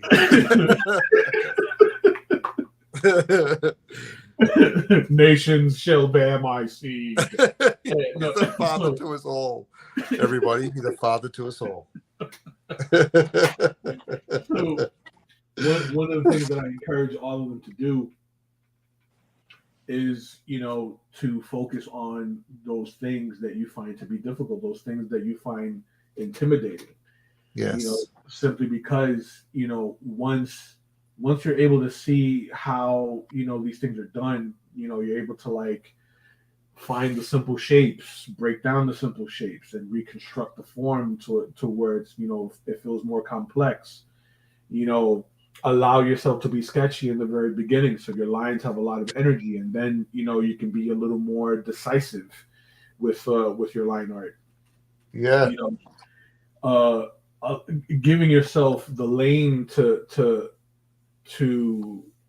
work in all those practices, you know, I feel strengthens your problem solving. It strengthens your just overall ability to compose something, right? Like one of the things that composition for me is a big deal, and it's something that I stress often, because if the composition is weak, everything else falls apart. Well, that's right. It's the bones, isn't it? Just quickly, Lance says he's going to check out for the night. Thanks for the talk, and the pics, they look great. Thanks a lot, Lance. Have a good night. We'll see you again soon. But yeah, because like even if you're working, regardless of the style that you're working in, you could work in a cartoon style, something that's very loose and fun. But if your composition is bad, weak, if it's weak, it doesn't matter how pretty the style is; it falls apart. Right. It speaks to a lot of the art elements, isn't it? I mean, if one doesn't work, the other parts of the body don't work either. Like, because sometimes it just takes you away or distracts you away from the intention of the piece. And sometimes that, especially in storytelling, like narrative elements, like, if you've drawn something odd, or it doesn't look quite right, or the proportions are a bit out on something, then you go, like I know what it's like when you're reading and you go, what's going on with that guy's head? Why are there no feet? Why do the hands look funky? Like, it's just those elements can, especially in sequential storytelling, if that's what we're talking about, can be a deal breaker. Absolutely. And unfortunately, it's one of those things that once you see it, you can't turn it off. Right, it's over. Like, it's the veil's dropped. Like, I remember when they did that in the Final Crisis book years ago, and they went from a really solid art style, and they changed artist in the last couple of chapters. I was like, I can't jive with this at all. I don't understand what they're doing. Right. It just throws me straight out of the story. Like, and I get, things happen. People get sick or whatever, or they get overcommitted. But yeah, it's hard to watch. Like, it would have been better to almost stall it until you got a solidity in style. Right. Because that's what stands over time, isn't it? Like that book now has to last, regardless of what they went through as a company. That book's on the shelf. Yep. So it's the artwork has to stand for itself in the end, doesn't it? Yep.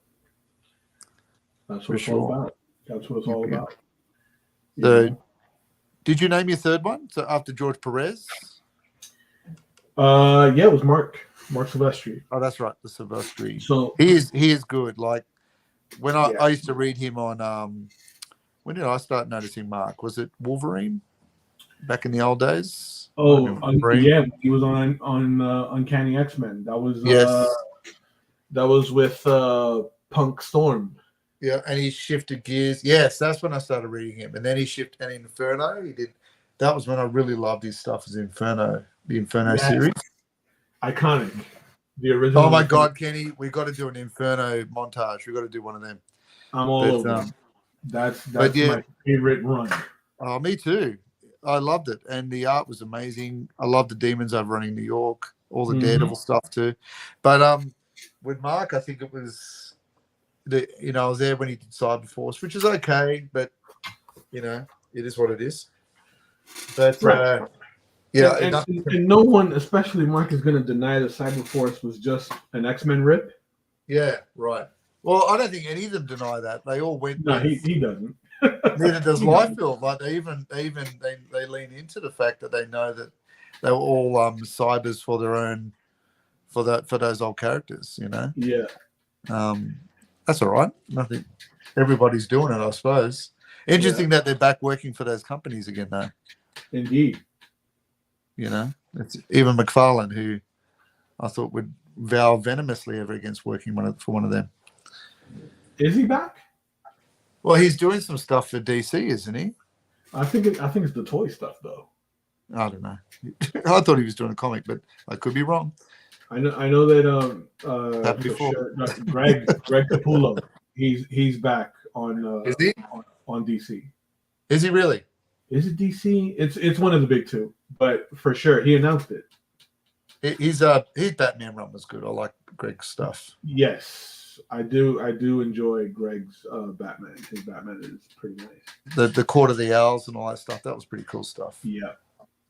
When he teamed up with Snyder. Yep. That was a good team up. All right, how's our He-Man going? So I'll move this down a bit so you guys can see what's going on. So right now I'm emboldening these rock formations. Yeah. Using a wet brush. I'm using a little bit of chocolate brown.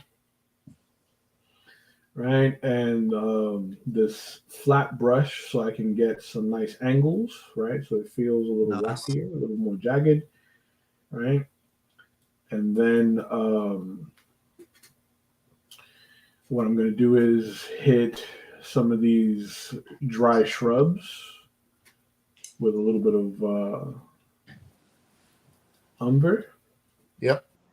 Have you frozen again, Kenny? Or are you just having?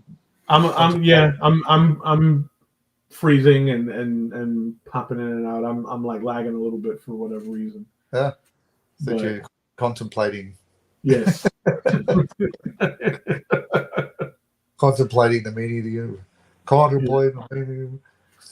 Yeah, but I think you guys get the gist of what's going on here.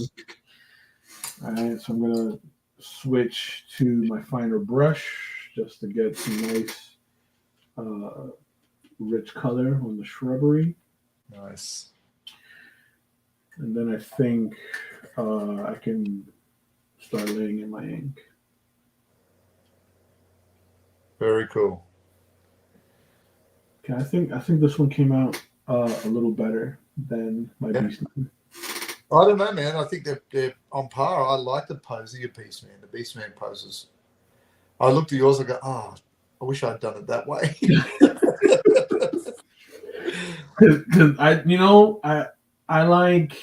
do a lot of poses just when I'm like doing my own like individual studies.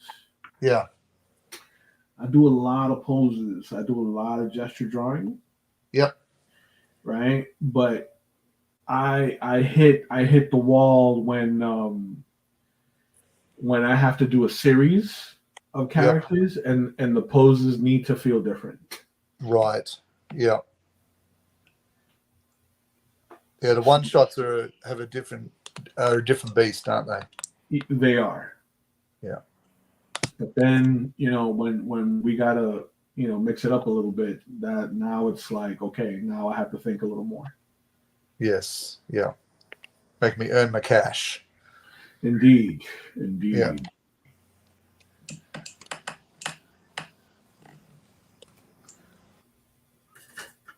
So along these little shrubs, I'm going to go a bit drier because I want them to almost silhouette. Yep.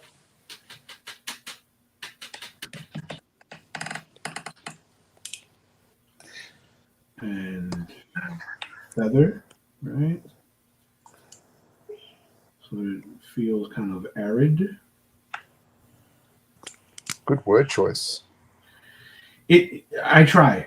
My stepdaughter likes to hit me with left field with words that aren't very common, and then she'll raise her eyebrow and goes, "It's such a good word, and so few opportunities to use it." She makes me laugh. Yes. Arid. Tundra. These are words that we need more often. Indeed. See, that feels nice. So we'll thicken that up just a bit. You have frozen on the screen though, Kenny. But I am enjoying the pause image. I get to look at it. Yeah, when it comes back in and it'll focus. Yes. All right. We'll get the clear speck on that. See. Nice one. Well, I think I'm done on mine. I think I'll let it settle. Maybe I'll go in and do a little bit of touch-ups here and there with a pencil. Yeah. Like a pencil, like a Prisma. Mm-hmm. But I think I am finished with my He-Man. Oh, man. So, you know what? Let me see if I can fix this lag. I'm going to leave. And, if I leave, I think I might kill the stream in the other channels that I'm on. So let's see. Yeah, we're on 4 at the moment. Maybe that's why the lag is, you think? I don't know. So yeah, let me see if I leave. I'll kill the stream on YouTube and Twitch. For everyone that's been tuning in on Twitch, thank you. Give me a follow, Yes. Wilding Studios on Twitch. Yep. Okay. Follow my other channels. It's also Wilding Studios on YouTube. Wild_Inks_Studios on Instagram. Right. That's I right. always announce when I'll be streaming again. So Yep. I'll see you guys again soon. Thanks a lot. Right. So let me end the stream here.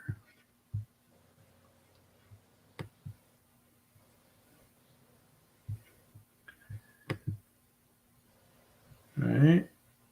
So we're still live on YouTube.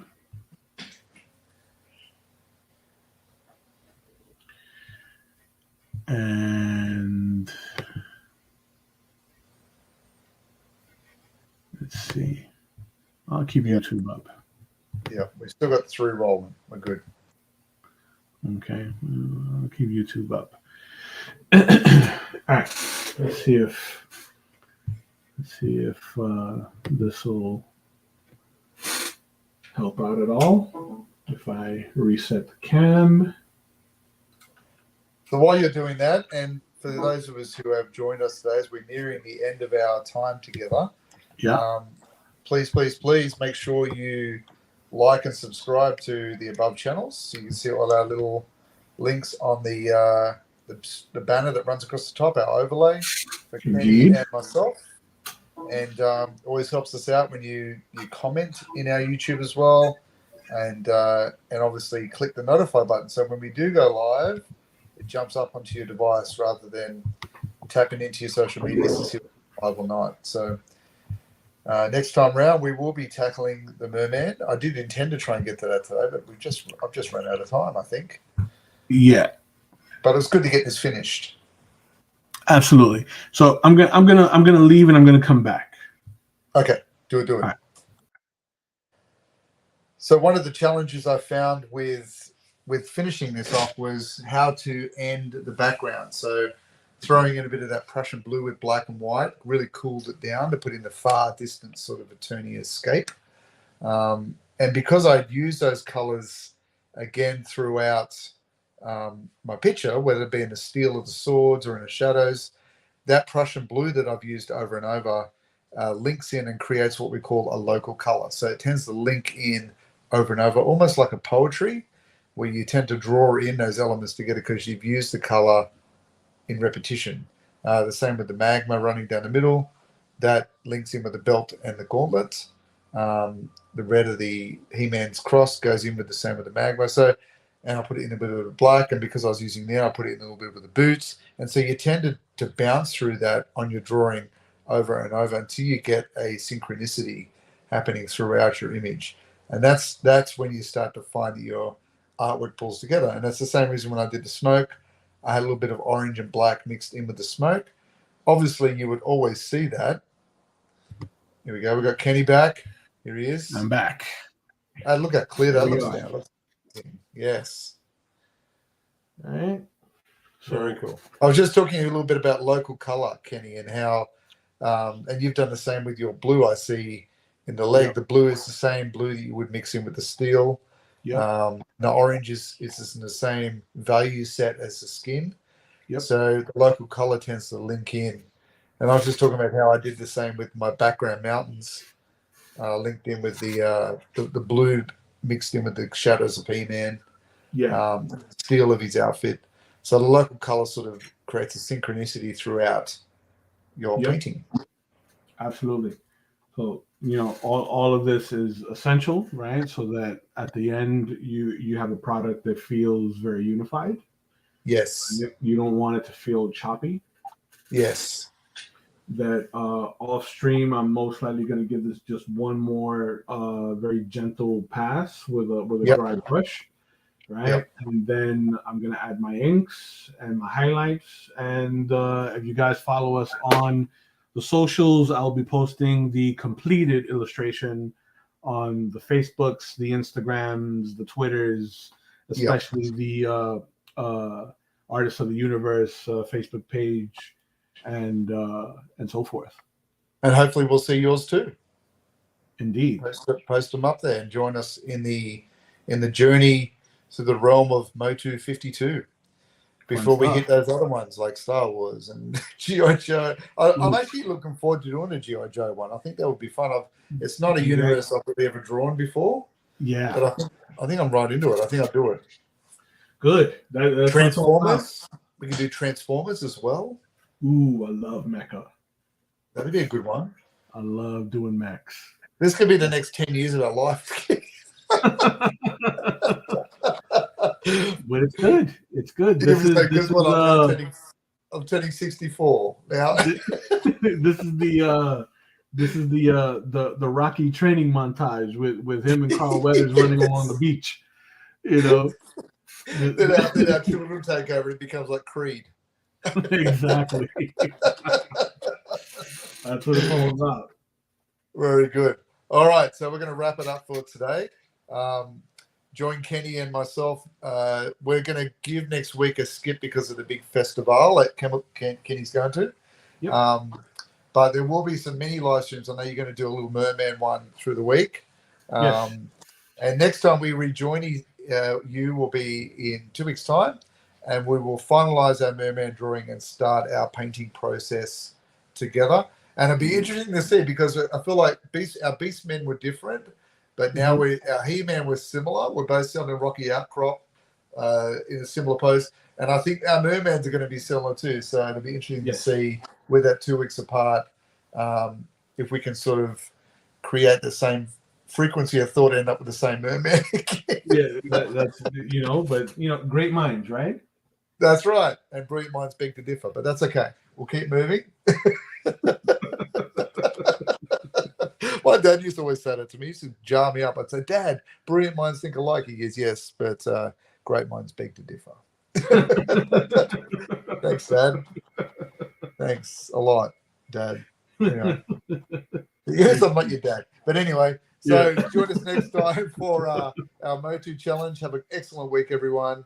Continue to practice your art and definitely reach out to our Facebook sites and ask questions and share and like and all those kind of things. Have a good week. And